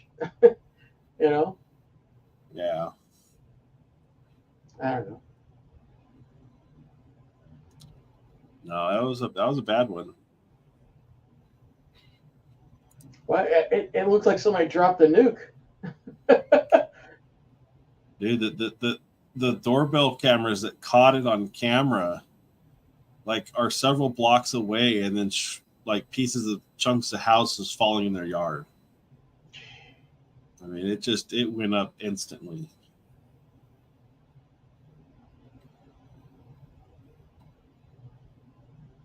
So, yeah, it was definitely a bad one. What do we have in?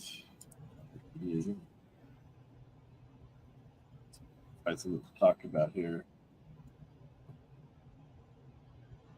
Are you there? Yeah, I'm still there. Oh, no, I haven't fallen asleep yet, so. heard my knock on my door. Oh, they knocking on my door. They kind of late at night for the people to be knocking at your door. No, my hallway door from my studio. Oh, okay.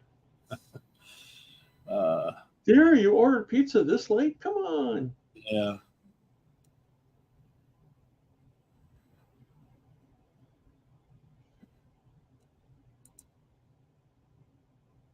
Let's see anything of interest.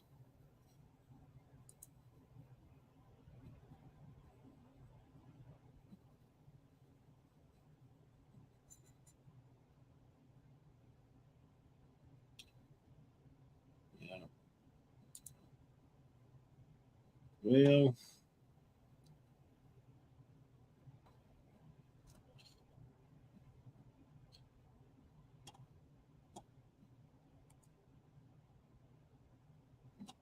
Well, hold on, I just closed the wrong window. Cooley, have you always done photography as a career? Yes, I have. I started shooting weddings when I was 16. I've been at it for a little while. This year I hit the big 6-0. And you're shooting, was it 7500 750s? What was it? I have right now 3 D750s that I keep That's one your kind of extra. workhorses. Huh? That's your workhorses. Oh, knock on wood. At least not me yet. I haven't killed him yet. So Yeah. and I'm happy. I mean, happy with the results I get, and it does everything I need to do. You know. Yeah, that's what matters. And it's 24 megapixels, but I've made probably I didn't print it, I had a lab print it, but I made like a 30 by 40 print, and it looked immaculate. Mm-hmm. So I don't know. And how many megapixels those? 24. I'm thinking about, though, I'm getting kind of itch because I don't want to go all Z lenses. So because if I get Z lenses, somewhat more Z cameras, and it just kind of rolls into. So I'm thinking maybe I'll splurge and grab me a D850, which is 42. I think 45, 42 megapixels. You know, get my vertical grip and all that good stuff on it, and you know. So I want to do a test. I want to do a test on this with some large format prints. Yeah. I have a theory, and I think it was Chris Howe that did that. He did this test, and his results to me made sense, and that's why I want to do this test for myself. And I want to take my R series camera, which is a 42 megapixel camera. Right. Take a photograph with it. And then I want to take the exact same photograph, same lens, everything with the A7S3, which is 12 megapixel. Oh, okay. And print them at a 20 by 30 or something. And see which one people say looks better. And to me, in his test, it was the 12 megapixel images got better rankings overall than the higher megapixel camera ones. But you know what, though? I think what it happens is, too, why is grain so bad? I mean, I like it. I know it. Oh, grain bad. Oh, blah, blah, blah. But I mean, it's kind of like a texture to it. It has its own purpose depending on the shot, in my mind. And I don't ever see the grain unless I'm editing my own images. But if somebody posts an image, oh, that looks cool, but I don't pixel peep it. You know, does it look cool or not? Is it nice or not? You know, and when I'm doing my own images, grain doesn't bother me too much, and I've learned to utilize it to my advantage more than to try to hide it. Yeah. But that's, I think, a beginner rookie photographer mistake that we're led onto is shoot low ISOs and don't you know, everything's got to be shot ISO 100 for the absolute cleanest image, and that's not true at all, because you get better color renditions from higher ISOs. You get the texture sometimes, the structure of the image, all that stuff can pop in with higher ISOs sometimes. So really, you have to really play with it to find that balance of what works for you. And I'm not a bit afraid to go to 6,400 or even 12,000 if I need to, depending on what it is. But back to this, the two images. My theory is that the people gravitate and look at the 12 megapixel image and enjoy it more than the high megapixel image. Yeah. And this is where I don't understand printing, and I really need to have somebody who's apprenticed to know the difference in like DPIs and the resolutions you're actually printing the image at versus what the camera's giving you. And because essentially both images can be printed the same DPI, but they'll have a different look still. And the reason why is people gravitate to it is because our eyes naturally see only so well. Yeah. And when we're just looking at something, our brain does a lot of work just fill in the blanks or the cracks and say, this is what this looks like.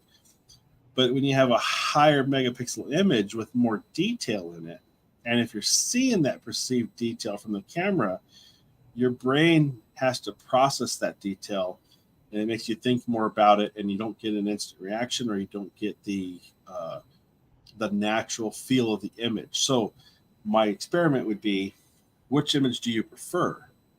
Being both the same. And see how often people land on the 12 megapixel versus the 42 megapixel image. Yeah. Because are we giving too much information in that 42 that is distracting? And even though your brain doesn't realize it's distracting, and your mind naturally wants to look at the other image because it's more natural to look at, I guess. That's an experiment I want to do, and I have the capability of doing that. So I'm going to do that here before long. Well, here's the thing. Way back, way back, we're going the Cooley time machine.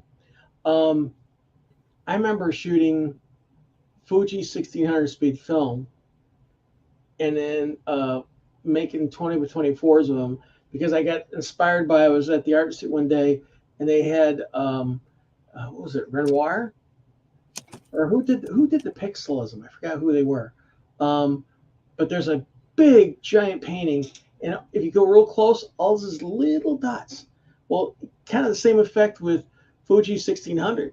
I mean, it was. I mean, I couldn't even use. I had 600 watt second strobes at the time, and basically all I could use was the modeling lights. Because even at like 1/16 or 1/32 power, man, it like gave you like a f64, you know what I mean, or something like that. So I would basically just use the modeling lights, and I came out with some. I photographed this one girl. She was a redhead with really light skin, and it looked like an art piece. It didn't even look like a human anymore, you know. Right. So. Well. So he asked you, do you know how to develop your own photos like the old school way? I guess Used to do it all the time.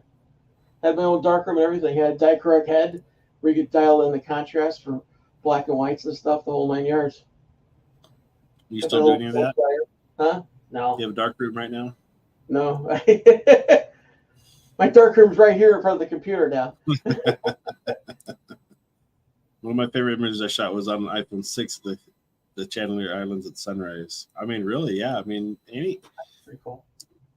Anything you capture an image on, if you like it, it's worth having. And I mean, iPhones have been able to take really good pictures for a long time. The key to an iPhone image or any of these small cameras is light. Let more light in. Yeah. Well. Same thing with frame rates, 24 frames per second. Yeah, essentially you'd get the same effect from the low megapixel to a higher megapixel camera with the frame rates. Your eyes can only see so much motion in a second, and that's why they say 24 is a natural frame rate. I think it's even, what was the old school cinema, like 16 frames a second? Something like that, yeah. Yeah, and that's still a thing people like to do sometimes, but our cameras don't do it.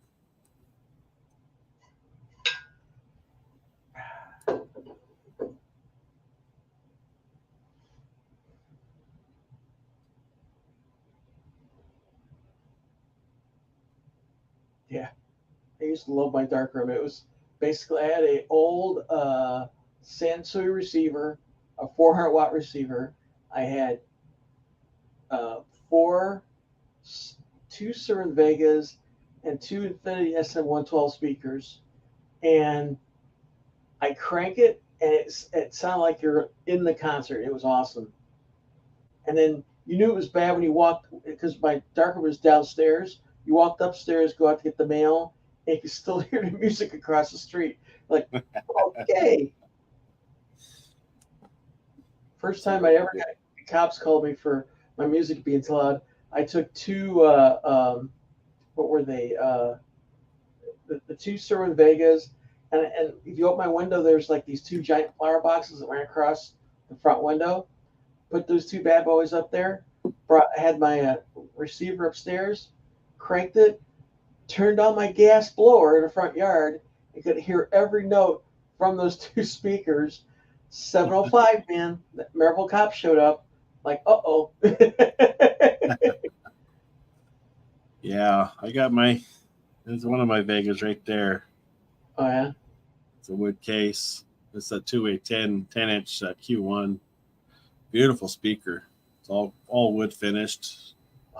Mine were rounded corners. Those Infinity SM112s were awesome. They had like the high-end tweeters, mid-range tweeters, and then they had like I'd be in the house, cleaning the house. I'd crank up Phantom of the Opera, and you see those subwoofers going. Yeah. Going nuts, these things, for what they are an amazing speaker. I mean, I know. For a 10-inch two-way, they crank so loud. And you can get them up to, you can run, they're 200-watt RMS. Yeah. And you can put them up to 400-watt RMS with the little box that they came with, that you run through your preamp outputs. Uh-huh. And it wasn't an amp or anything. It just cleaned up the signal, and it doubled the rating to 400-watt RMS. There you go. And you can pump some power through these things, and they've just always been just mind-blowingly good. And they're old now, but man, my Lincoln has an 800-watt stereo in it, mm-hmm. with a subwoofer. Why they put a subwoofer in a Lincoln MKT, I have no idea. But oh boy, I mean, how many times I've driven downtown Hobart with my windows down, my moonroof open, and made some older people very, very unhappy. I always said I was going to be the old guy driving around cranking my music to pissing everybody off. I tell people it ain't music till your ears are bleeding. Yeah, and I'm always nowadays, like I'm like if we work, me and my wife work together, so it's like we're always driving the car together. But anytime like I'm by myself in the car, I have it dead silent. I don't play the music anymore unless I'm traveling. If I'm traveling, it's cranked. But if I'm just commuting, I have it dead silent all the time. Oh, see, I could never do that. I gotta have what I call my loud music therapy. You know? See, it's like if I can't listen to it loud, then I don't want to listen to it at all. My wife gets so ticked off at me. I am not really on Instagram. I have an Instagram under Living Giant Productions, so I think it's just. I'm on Instagram, kind of, sort of. I think, yeah. No, don't want to add to my stories. I just never liked Instagram. I never liked the app. I've never been a fan of this thing. Well, Twitter's now X, so go Yeah. figure. There's my Instagram. Come on, focus. Come on. No. Focus, baby, focus. There we go. I think that you can see that maybe. I don't know. But yeah, just Living Giant Productions. I got some old work of mine up in there. Nothing really new. I'm not that active in the platform really. I was doing a lot more on Facebook. Now I've got a Facebook page that I'm trying to start for just this YouTube channel. If you go to my channel, there's a link to it that you can follow it there. But I'm still, again, not very active in that, even though I'm trying to be. I want to get it to a point where we're doing weekly challenges or weekly photo things, or people can submit photos for review, or vice versa. Yeah. Just to get some involvement moving in the channel and the growth of it. But that's the only thing I'm really trying to be active on. That I'm not just straight up on that as active as I should be on it. But I just haven't. Okay, sent you that photo I took with my phone on Instagram. Let's take a look at it here. See if I can find it.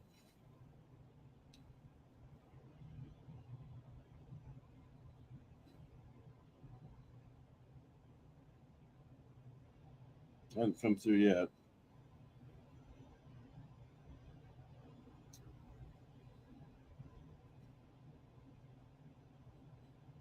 Give it a minute to come through. Can I show it on the channel, or do you want to? I guess let's just leave it at that. Let me know if you wanted me to put it up on the channel.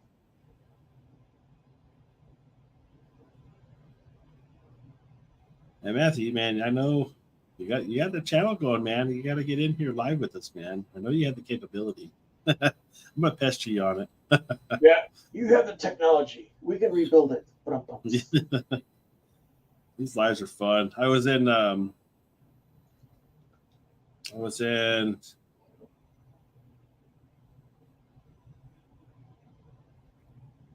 it? I was in Gentleman's Moving Matt. Have you heard of him? Oh, there it is. It popped through. Name sounds familiar. He has a live he's doing now, but he doesn't do it streaming like this. It's just a live. And I hit him up one time about it, and he deleted my comment. Or whatever, I didn't want to put it out there. And then in his live, I mentioned it again. I'm like, hey, have you ever considered doing a stream platform? Just totally bypassed it. Oh, wow. You do whatever you want. It's your channel, but I think it's a great way to connect with people. That's fun, Everybody needs connections, you know what I mean? Yeah.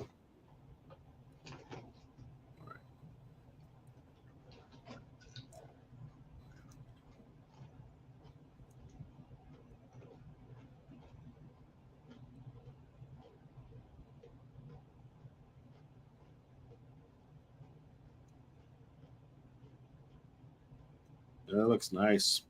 Were you on a wakeboard or a boat when you took this?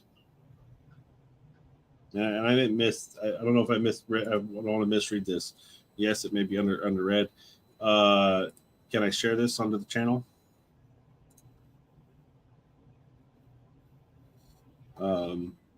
Yeah, it's like he's on water. There's like an island out in the distance, and he's just faced straight into the sun with the sun reflection coming right at him on the ground on the water ripple.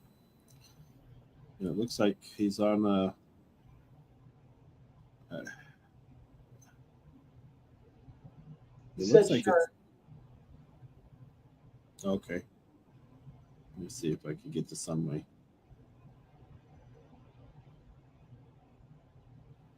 Let me do this. It will not be a full resolution copy. We're going to do this. We'll airdrop it over to my laptop so I can share it.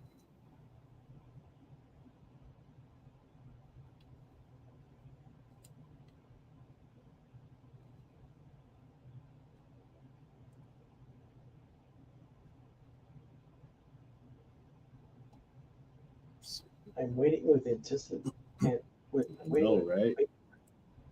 Show it here. No.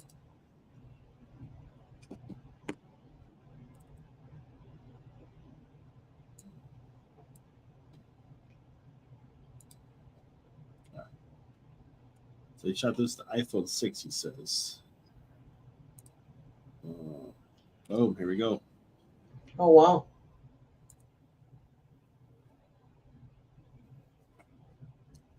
Yeah, it's a nice, cool image. I love the water ripple, like it's almost or it's what's that artistic term? Not opaque. That's smoothed out. Like the water is very, even though it's ripply, it's very smooth and rolling, and it really, I like that look in the image. It reminds me of Quicksilver. Yeah, it's right there, straight up. It's like just enough to know he's got like they captured a bird there on the right, Mm-hmm. and then yeah, that sun glow coming in, man, through that horizontal. It's like probably that coastal fog. I'm guessing. Was this? Well, you said it was a sunrise or sunset. I can't miss that. Sunrise. So this is facing east. Were you was this on a lake or was it out offshore? I don't know.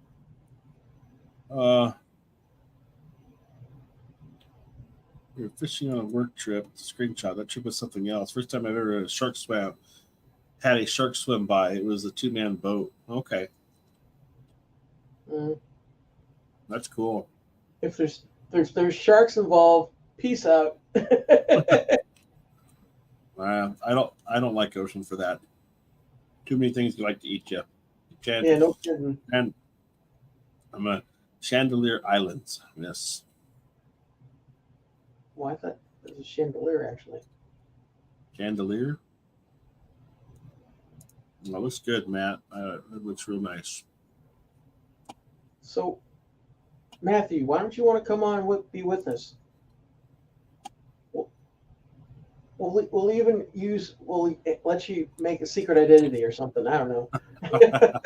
No, he's got a channel. He's making content. Yeah, He's out there. put his little like Lone Ranger mask on so we can't tell who he is. Hey, you're doing a lot of reviews right now too, right, Matthew? I saw because I watched a couple of them. You're doing a lot of musical instrument stuff, right?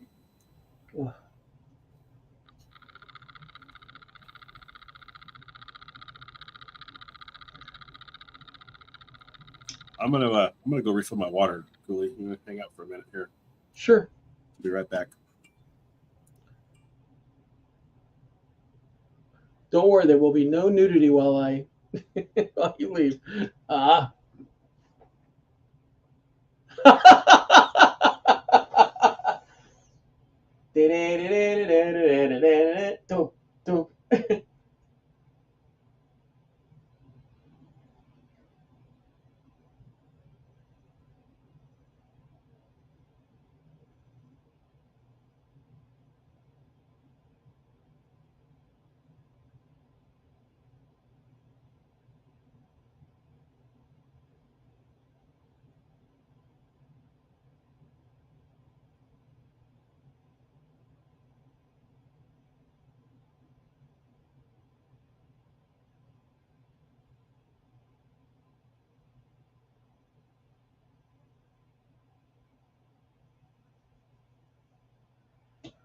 So, guys, what are you guys shooting with a camera, I should say?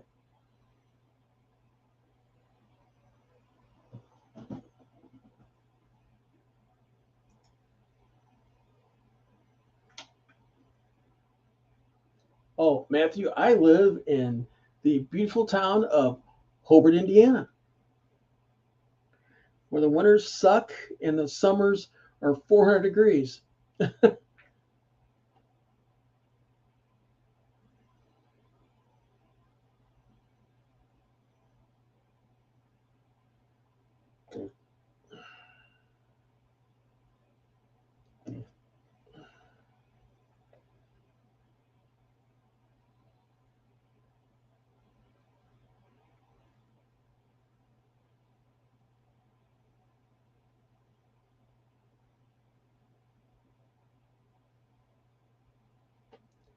God, my office looks like a giant mess, doesn't it? My next project.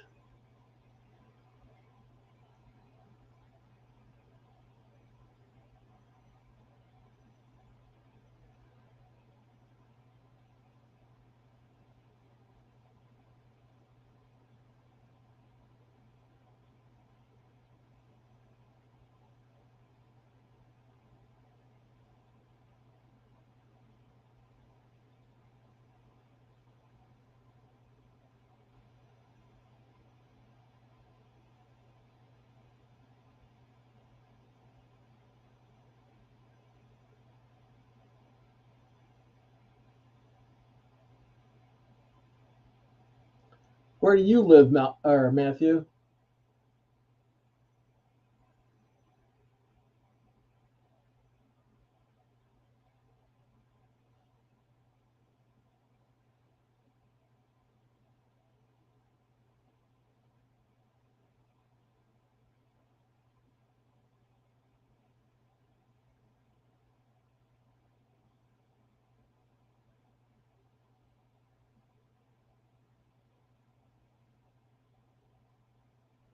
Wow.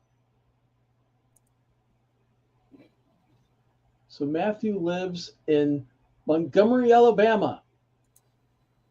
Montgomery. I was kind of hoping it'd been in like Ohio or something. I'd say, holy Toledo, Ohio. Alabama's not. It's like what a state and a half away from me. I think. I forget. I don't know. I We can't need remember. to we need to get some people together, go to Vegas, and go. Well, not just. Well, maybe do a little gambling, but anyway, I'd probably get my wife to come with if we said we're doing a little gambling. Anyway, and just go do the street photography thing in Vegas. Wouldn't that be cool? All those lights. Holy Yeah, shit. it would be cool. I mean, I was just there in June, and the lighting is awesome. I was on vacation, and I purposely did not take my camera Uh-huh. to just to spend time. It was just me and my wife, and it was time for us. So I didn't do anything for photography wise. I'm watching the video you sent me, Matt. Actually, it's got sound. I'm gonna come back to that here in a minute. The coolest Sound. the coolest thing I ever did was a few years back. Me and my dad jumped in. He had a 55-foot offshore. He lived in Florida, flew down to Florida. We took the 55-foot offshore up the East Coast, went like back in these tributaries, which was absolutely awesome. A lot of strange people back there too, but that's another story. And so we're going up the East Coast, and we're chugging along in the boat and stuff, and we look over to our right, and there's like these giant bubbles coming out of the water. And we're like, oh, cool. Of course, we had just passed Triton nuclear sub base, not connecting the two. We go, oh, cool. So next thing you know, there's a submarine comes up. We're like, oh man. So I says, Dad, get on the radio. Maybe we can talk him into getting on the submarine and check it out. And he said, no. I mean, of course, I too dumb to be scared, I guess. Yeah. So we just kept going, But it was like, wow, that's the closest I've ever seen a submarine before in the water, actually doing this thing. Yeah, that's cool. But we went through New York at night with all those bridges and stuff. It was like the mothership of photo opportunities, I kid you not. I'm like, click, click, click, click, click, click. Yeah, that'd be cool. Yeah, that's what I like about, I don't know how much of it's just times changing with cities, in the last 10 years, but, everything in Dallas the skylines are just lit up cool, They put lights on all the buildings. It just looks nice, very photogenic. And, Reno's okay. It's got some lights and stuff, but the buildings aren't as they're very spread out, and downtown Reno is a very small downtown. Vegas, on the other hand, the opportunities are endless there. Just the scenery alone is just cool looking. We'll go down there. We'll hang out. We'll go see the Vegas Raiders play football, NFL. That'd be kind of cool, you know. And cruise the streets at night and take pictures. Yeah, I got to do the helicopter ride. Too many things go wrong there. I'd be like, That's my wife. She didn't want it. She didn't want nothing to do with planes or helicopters. And she actually she got probably me knows. that as a surprise. Yeah. And she went up in the helicopter with me.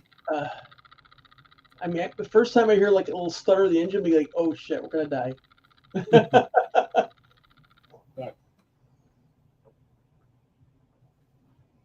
Yeah, it was a cool experience getting up in that helicopter.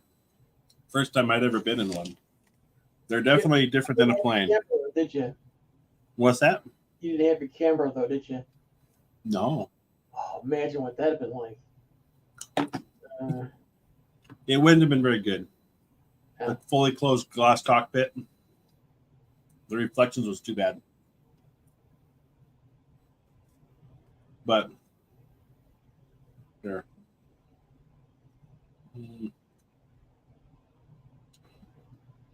I'll airdrop a scene in and I'll put it on the live here.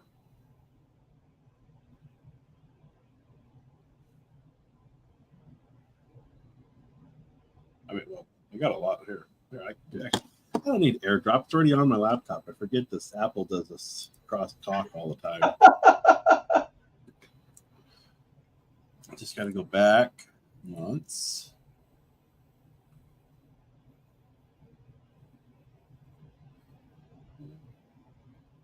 June. Here, I got some iPhone photos of Vegas. Oh, yeah.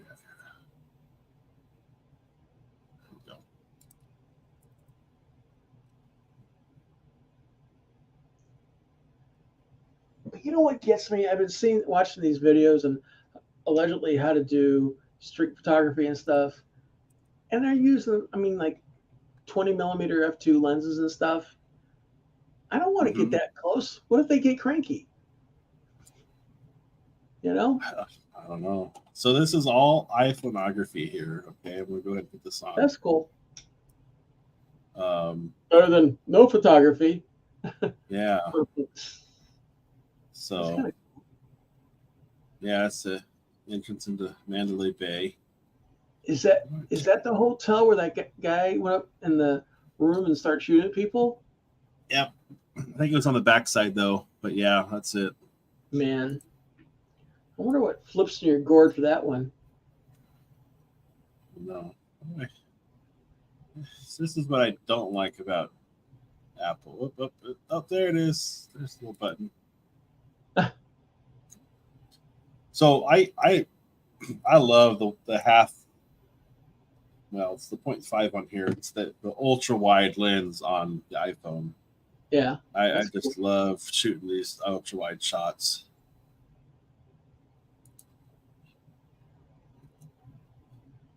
New York, what New is York. I mean, that's New York, New York. Oh, hey, they're supposed to have a hotel that's set up like the Starship Enterprise. They still have that? No, I would have gone if they had that. There was a Star Trek experience that I did about probably 50. So do some math here because it's a big number. 15 or 20 years ago. Oh. That you actually get beamed up and then you take like this shuttle ride and you crash land into Vegas or something. I don't know. Something I can't remember. It was cool. Getting beamed was cool.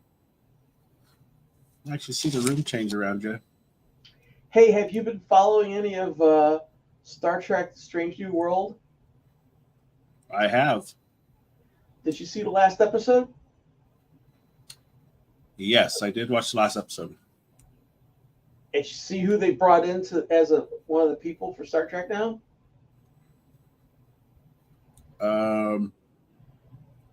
I don't know if I got the reference or not. Who is it? Scotty, Oh yeah. when he was young, I guess. Uh-huh. Yeah, he brought him in as a young guy. As a 12-year-old. So this room, so my wife, part of this, the helicopter thing, it was a dining experience. So you got to go into these high-end exclusive places to eat. Well, there you go. It is a tour with a group of all these couples. And we went to 4 different restaurants. And this is the first one. It was a Mexican place over there in, I'm terrible with memory and names. Dang it. It's the one right across from Planet Hollywood, next door to the Bellagio. It's a newer facility. Anyways, Oh, okay. It's a very high end facility, but this is a private dining room inside the Mexican restaurant. It's $4,000 just to rent the room. Mm, We didn't have to pay that, luckily. thank God. We yeah. get to eat our little tiny. They give you a smaller portion in the meal. So we had these crab enchiladas Oof. and chicken enchiladas, and the Oof. sampling of salsas here you see on the front, and the chips, and it was really really good. But yeah, like NBA teams and football teams will come in and rent this room for the night or something. Huh. When they're there. Ouch. This is that's the bathroom of one of these fancy places. And I was like, this is like the nicest freaking bathroom I've been in. The tile work was just amazing. The lighting just looked cool. I was like, nobody's in here. I'm gonna take a picture. Yeah. This is crazy. What the heck is that? This is a restaurant, and it's carved out of this piece of wood. So we got to go to this steak restaurant, and it was you can sit inside here. We weren't that exclusive, unfortunately. We had to sit off to the side over here. But yeah, this is that high end mall. You see, it's Louis Vuitton, whatever the hell that is. I mean, there's Tag over here in the background. It's like all the really high end stuff in this area, this complex. But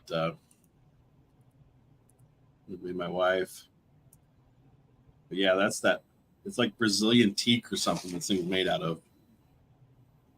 Looks like what you see when they put the guy in the cannon to shoot him out. Yeah. And then here we're at the helicopters. There you go. Yeah. There's the scratch marks on the railing as you drug her to the helicopter. Yeah. So that's one of the helicopters we flew in. That's cool.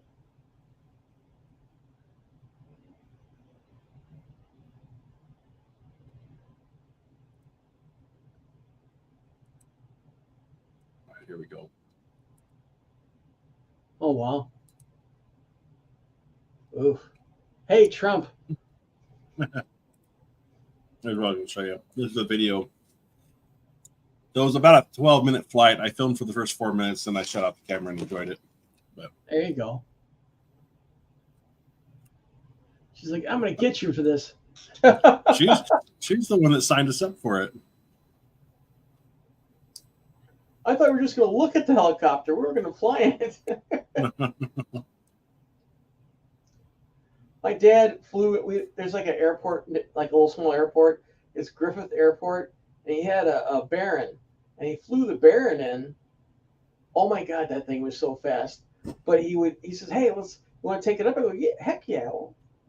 So he gets in the plane, gets at the end of the runway he's taking off from, and puts the brakes on, and just slams the engines. Where the plane's doing this a little bit, releases the brakes. I think we used like 3 feet of runway, and it was up like, well. Then we got yelled at because we got a little too close to Chicago's airspace. That was after 9/11, so they had no sense of humor.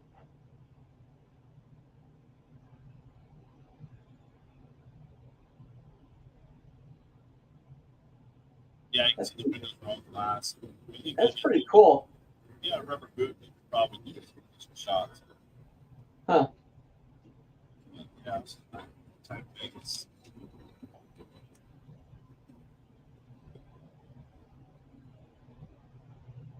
I wonder how the crime is in downtown Vegas. Back to that.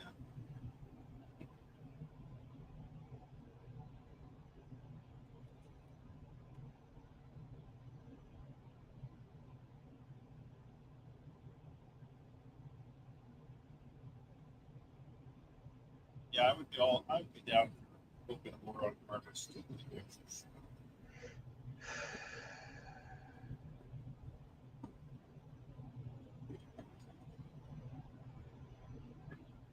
lights and everything is so cool.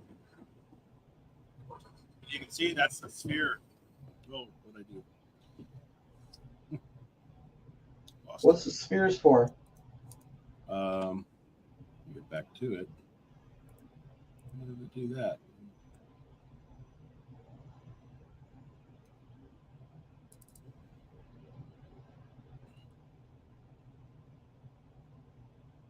That's that new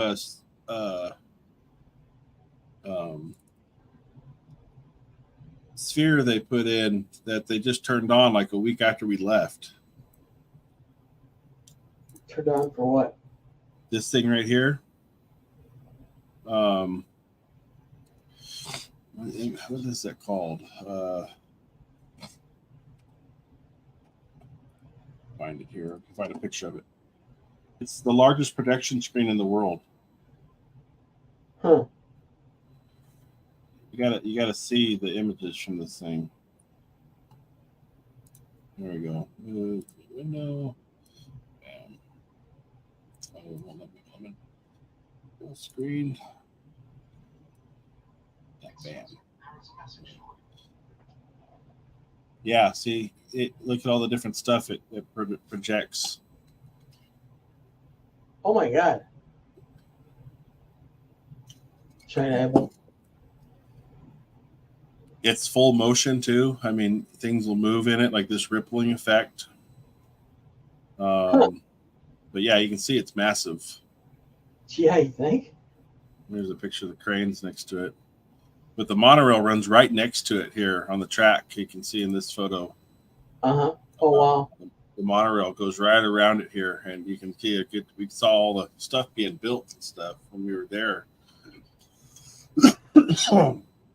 But yeah, it finally turned it on and missed that by like a couple. I think it was a week or 2 weeks. We missed it. Uh-huh.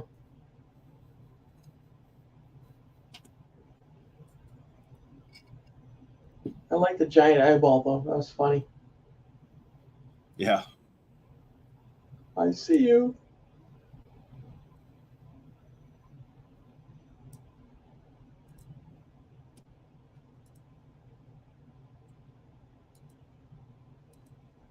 Yeah, there's the helicopter we rode in. Oh, it's a pretty sweet ride. Mm-hmm. I wonder how much those goofy things cost.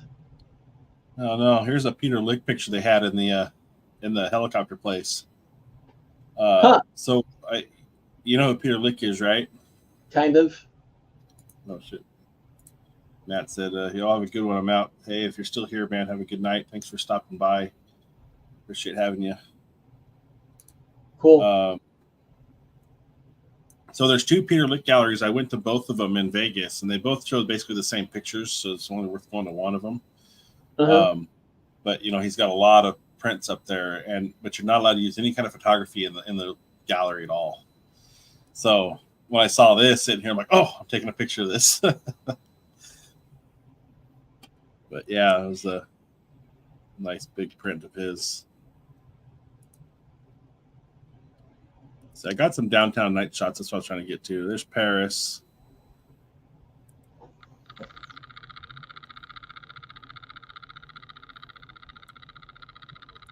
Oh, we went to the pawn shop. There you go. Pawn Stars. Oh, yeah? Yeah, it's this place right here. That must be crazy.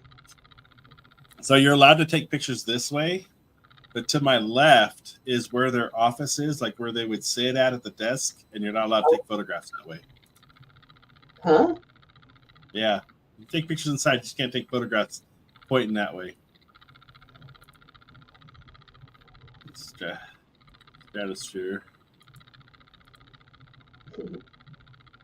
This on top of the stratosphere, looking down to downtown.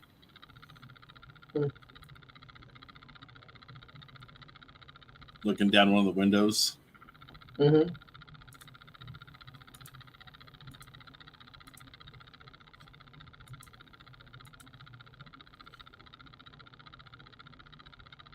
View out our room. This is inside like the botanical garden inside Bellagio. Oh wow. It's just jam packed with people though. Like you couldn't even try to do photography in there. Inside the Luxor, the pyramid. Uh-huh. Oh, that's cool. This is all stuff. There's a lot of it. I'll screw it pretty quick. This is all recovered stuff from the Titanic, in the Titanic exhibit. Wow. The metal being corroded by the salt water.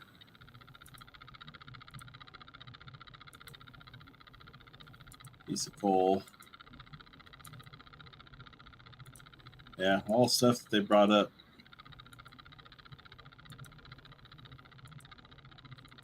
I took a picture of just about everything.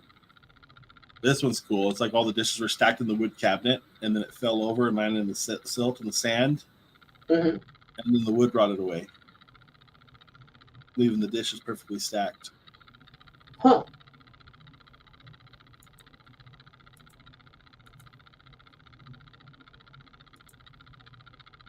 Big model they had of it there. And this is called the big piece. This is the whole sidewall of it, the actual side of the Titanic. Wow. And the backside, we just see the corrosion, the way it ripples the metal, and real interesting if you're into that older stuff.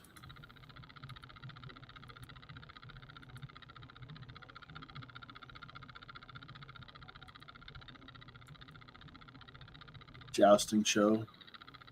That's at the Tournament of Kings at the Excalibur. Yeah. There we go. Here's the night photos of New York, New York.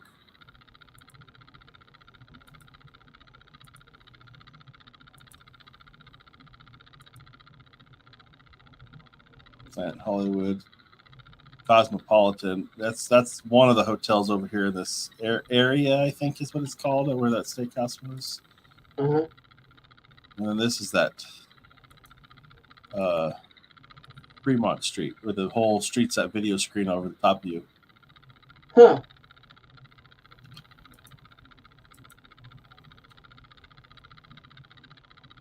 Yeah, so that's an experience.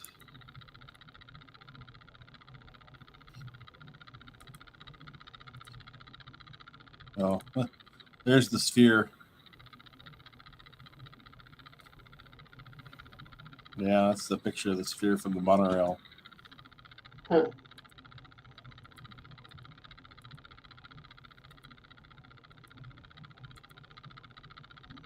Inside the Grand Venetian, or the Venetian or something.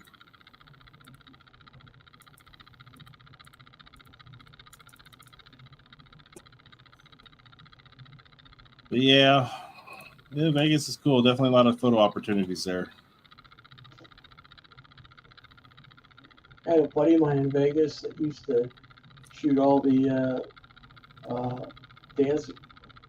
dancers and stuff, and some other people too.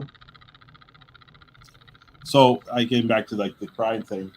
So there was a lot of homeless walking around in Vegas. Mm-hmm. You get people pushing you on different things, like want to hand you or they want to drag you off to go look at a deal with these people that offer entertainment packages for hotels, shows, rooms, meals, all that stuff. And we followed one off to one time and told them no. But some of the straight people can be very pushy. if you just say no to them, they push back, and then they'll get like kind of irate or start calling you names or saying you're racist or something like that. Yikes. Stuff like that. They're like that with that. So that part of it wasn't enjoyable, but the overall appearance of the strip, like it was actually really clean. There's still some little issues here and there, but for the most part, there's people always cleaning the strip and cleaning the glassways and the escalators and all that. But the homeless was definitely a problem. I mean, there was a homeless guy laying there sleeping. He may have been dead. I don't know. It just it gets bad in those points at sometimes.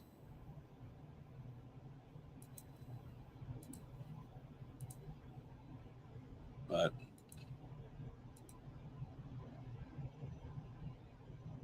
yeah, it was fun. It was worth the trip. Go back. They got Formula One going on. I don't know when was Formula One in it. That would be cool to go to Vegas to see Formula One. But the expense, just tickets, is like over $2,000 each. Yeah. Hopefully you get a good spot.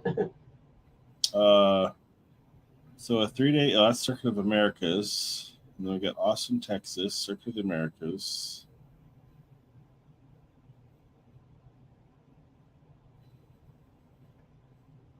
Now in Texas, they have Shelby, the guy did the Dodge Shelby and all that stuff, right? I think it is. I'm not sure. Carroll Shelby? Yeah, the guy the race car. Yeah, he. I know he has a house in out of Tahoe. My service manager in Reno actually ended up at his house one day just shooting shit with him. Huh. So here's the. Because I thought there was a place in Texas that Shelby has that, because I photographed a Dodge Viper convention. Oh yeah. They're cool cars, but you have to grease yourself down just to get in them. But anyway, terrible car to drive, by the way. It is. Oh yeah, uncontrollable. Well, anyway, they're boring out the engines, and putting, I guess, bigger lifters, whatever you want to call them, in there, and they're racing them at this thing I was photographing at the Illinois Speedway, and I'm like, they're getting all excited because they won a pair of $2,000 each tires for the thing. And I'm like, $2,000, that's what I would I'd spend almost that much on my 4 tires, Right. Anyway, but man, there was some badass Vipers there, though, I have to admit. Vipers are a cool car. They I've always wanted to drive the original one, but I heard it's even worse than the second gen. And I drove a second gen Viper. Did I'm almost positive I didn't get to drive a first gen GTS coupe, the blue and white one. That's the one I always liked, was the blue and white one. But the second gen Viper, I mean, it's just ungodly amount of torque and power coming into those rear wheels, and it is just strictly, fully uncontrollable. I mean, the car wants to go sideways instantly every time you touch the throttle. It's just crazy. So Formula One's in Vegas in November, and they're running the strip right here. This is the strip. Oh, that'd be cool. And then it turns down this behind the MSG sphere, where I guess they have some grandstands happening, and then they run around this little cane, and then they come down this street, which is was all torn up in construction when I was there, because they're trying to make the road ready for Formula One. Jesus. And it just made a mess of this, because we stayed at the plant in Hollywood, and then it comes back out on the strip right here, and I can imagine anything on the strip that the casinos control will be worth thousands of dollars. But like here's just MSG stands to sit back here in this area, $1,400 each. That's crazy.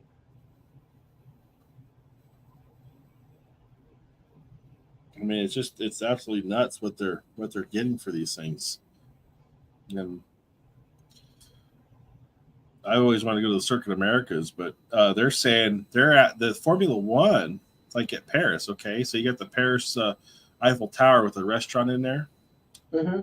and Formula One is saying to the restaurant that they have to sell those seats for over $2,500, or they have to pay Formula One for them to put seats during the races or during the event. They have to the restaurant people have to pay them to have those seats available. Otherwise, they got to block off their windows.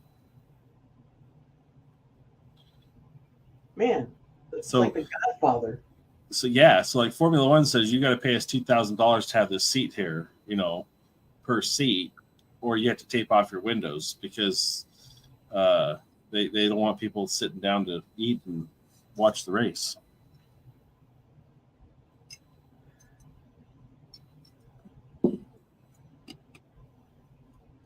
I mean, I can only imagine the money going through this place during that time.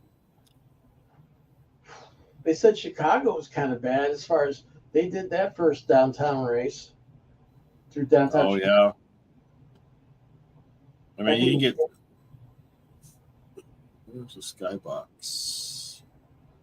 Well, anyway, Skybox tickets, 11,000 each, 15,000 each. Jesus. West Harmon Zone, where's that at? That's like not even like near the Strip, and they're charging $9,000 for those tickets. So I'm guessing they're leaving it to the casinos to control the Strip, like who's going to have what here on the Strip, because that's just going to be nuts. So, well, Cooley, I got to get out of here, man. I got to go to bed. Me too.